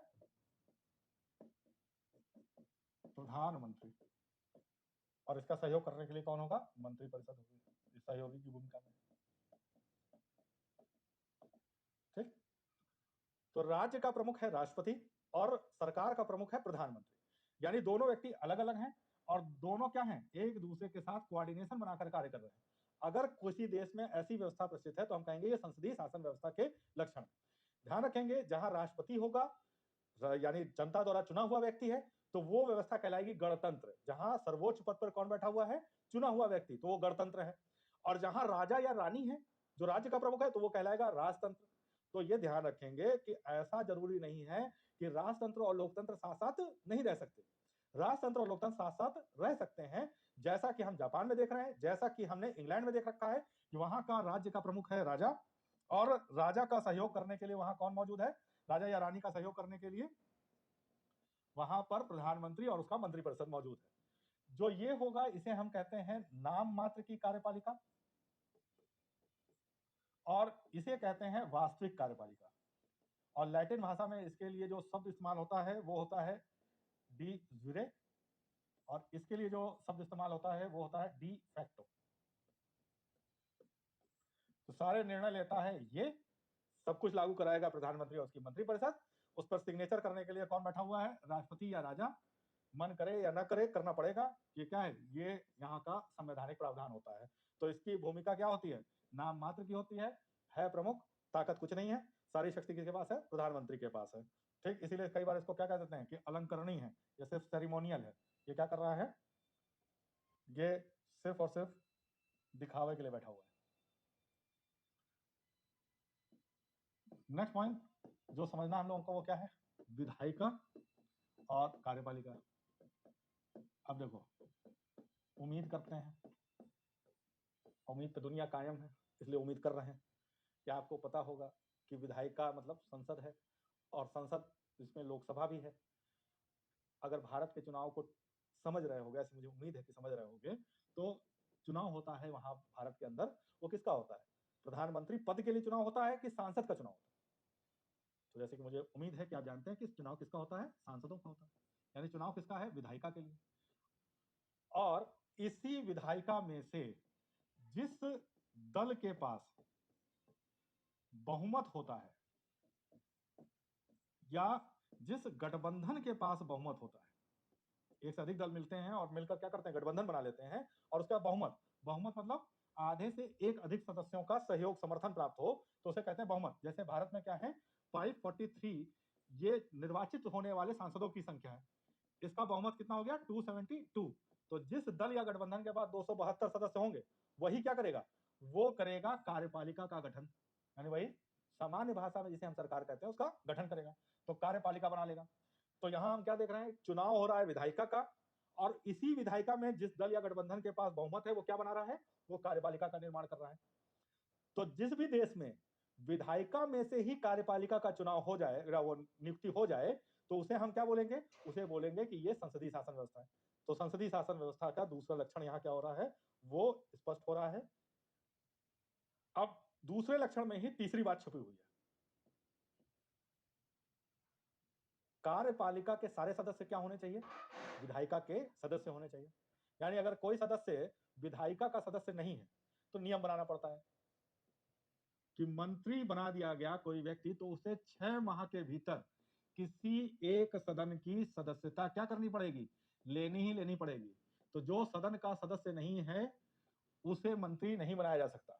मंत्री क्या होगा, सदन का सदस्य ही रहेगा। उसके पीछे लॉजिक क्या है, लॉजिक ये है कि अगर कोई व्यक्ति सदन का सदस्य होगा तो सदन उससे क्या करेगा, सवाल पूछेगा और उसे जवाबदेह बनाएगा।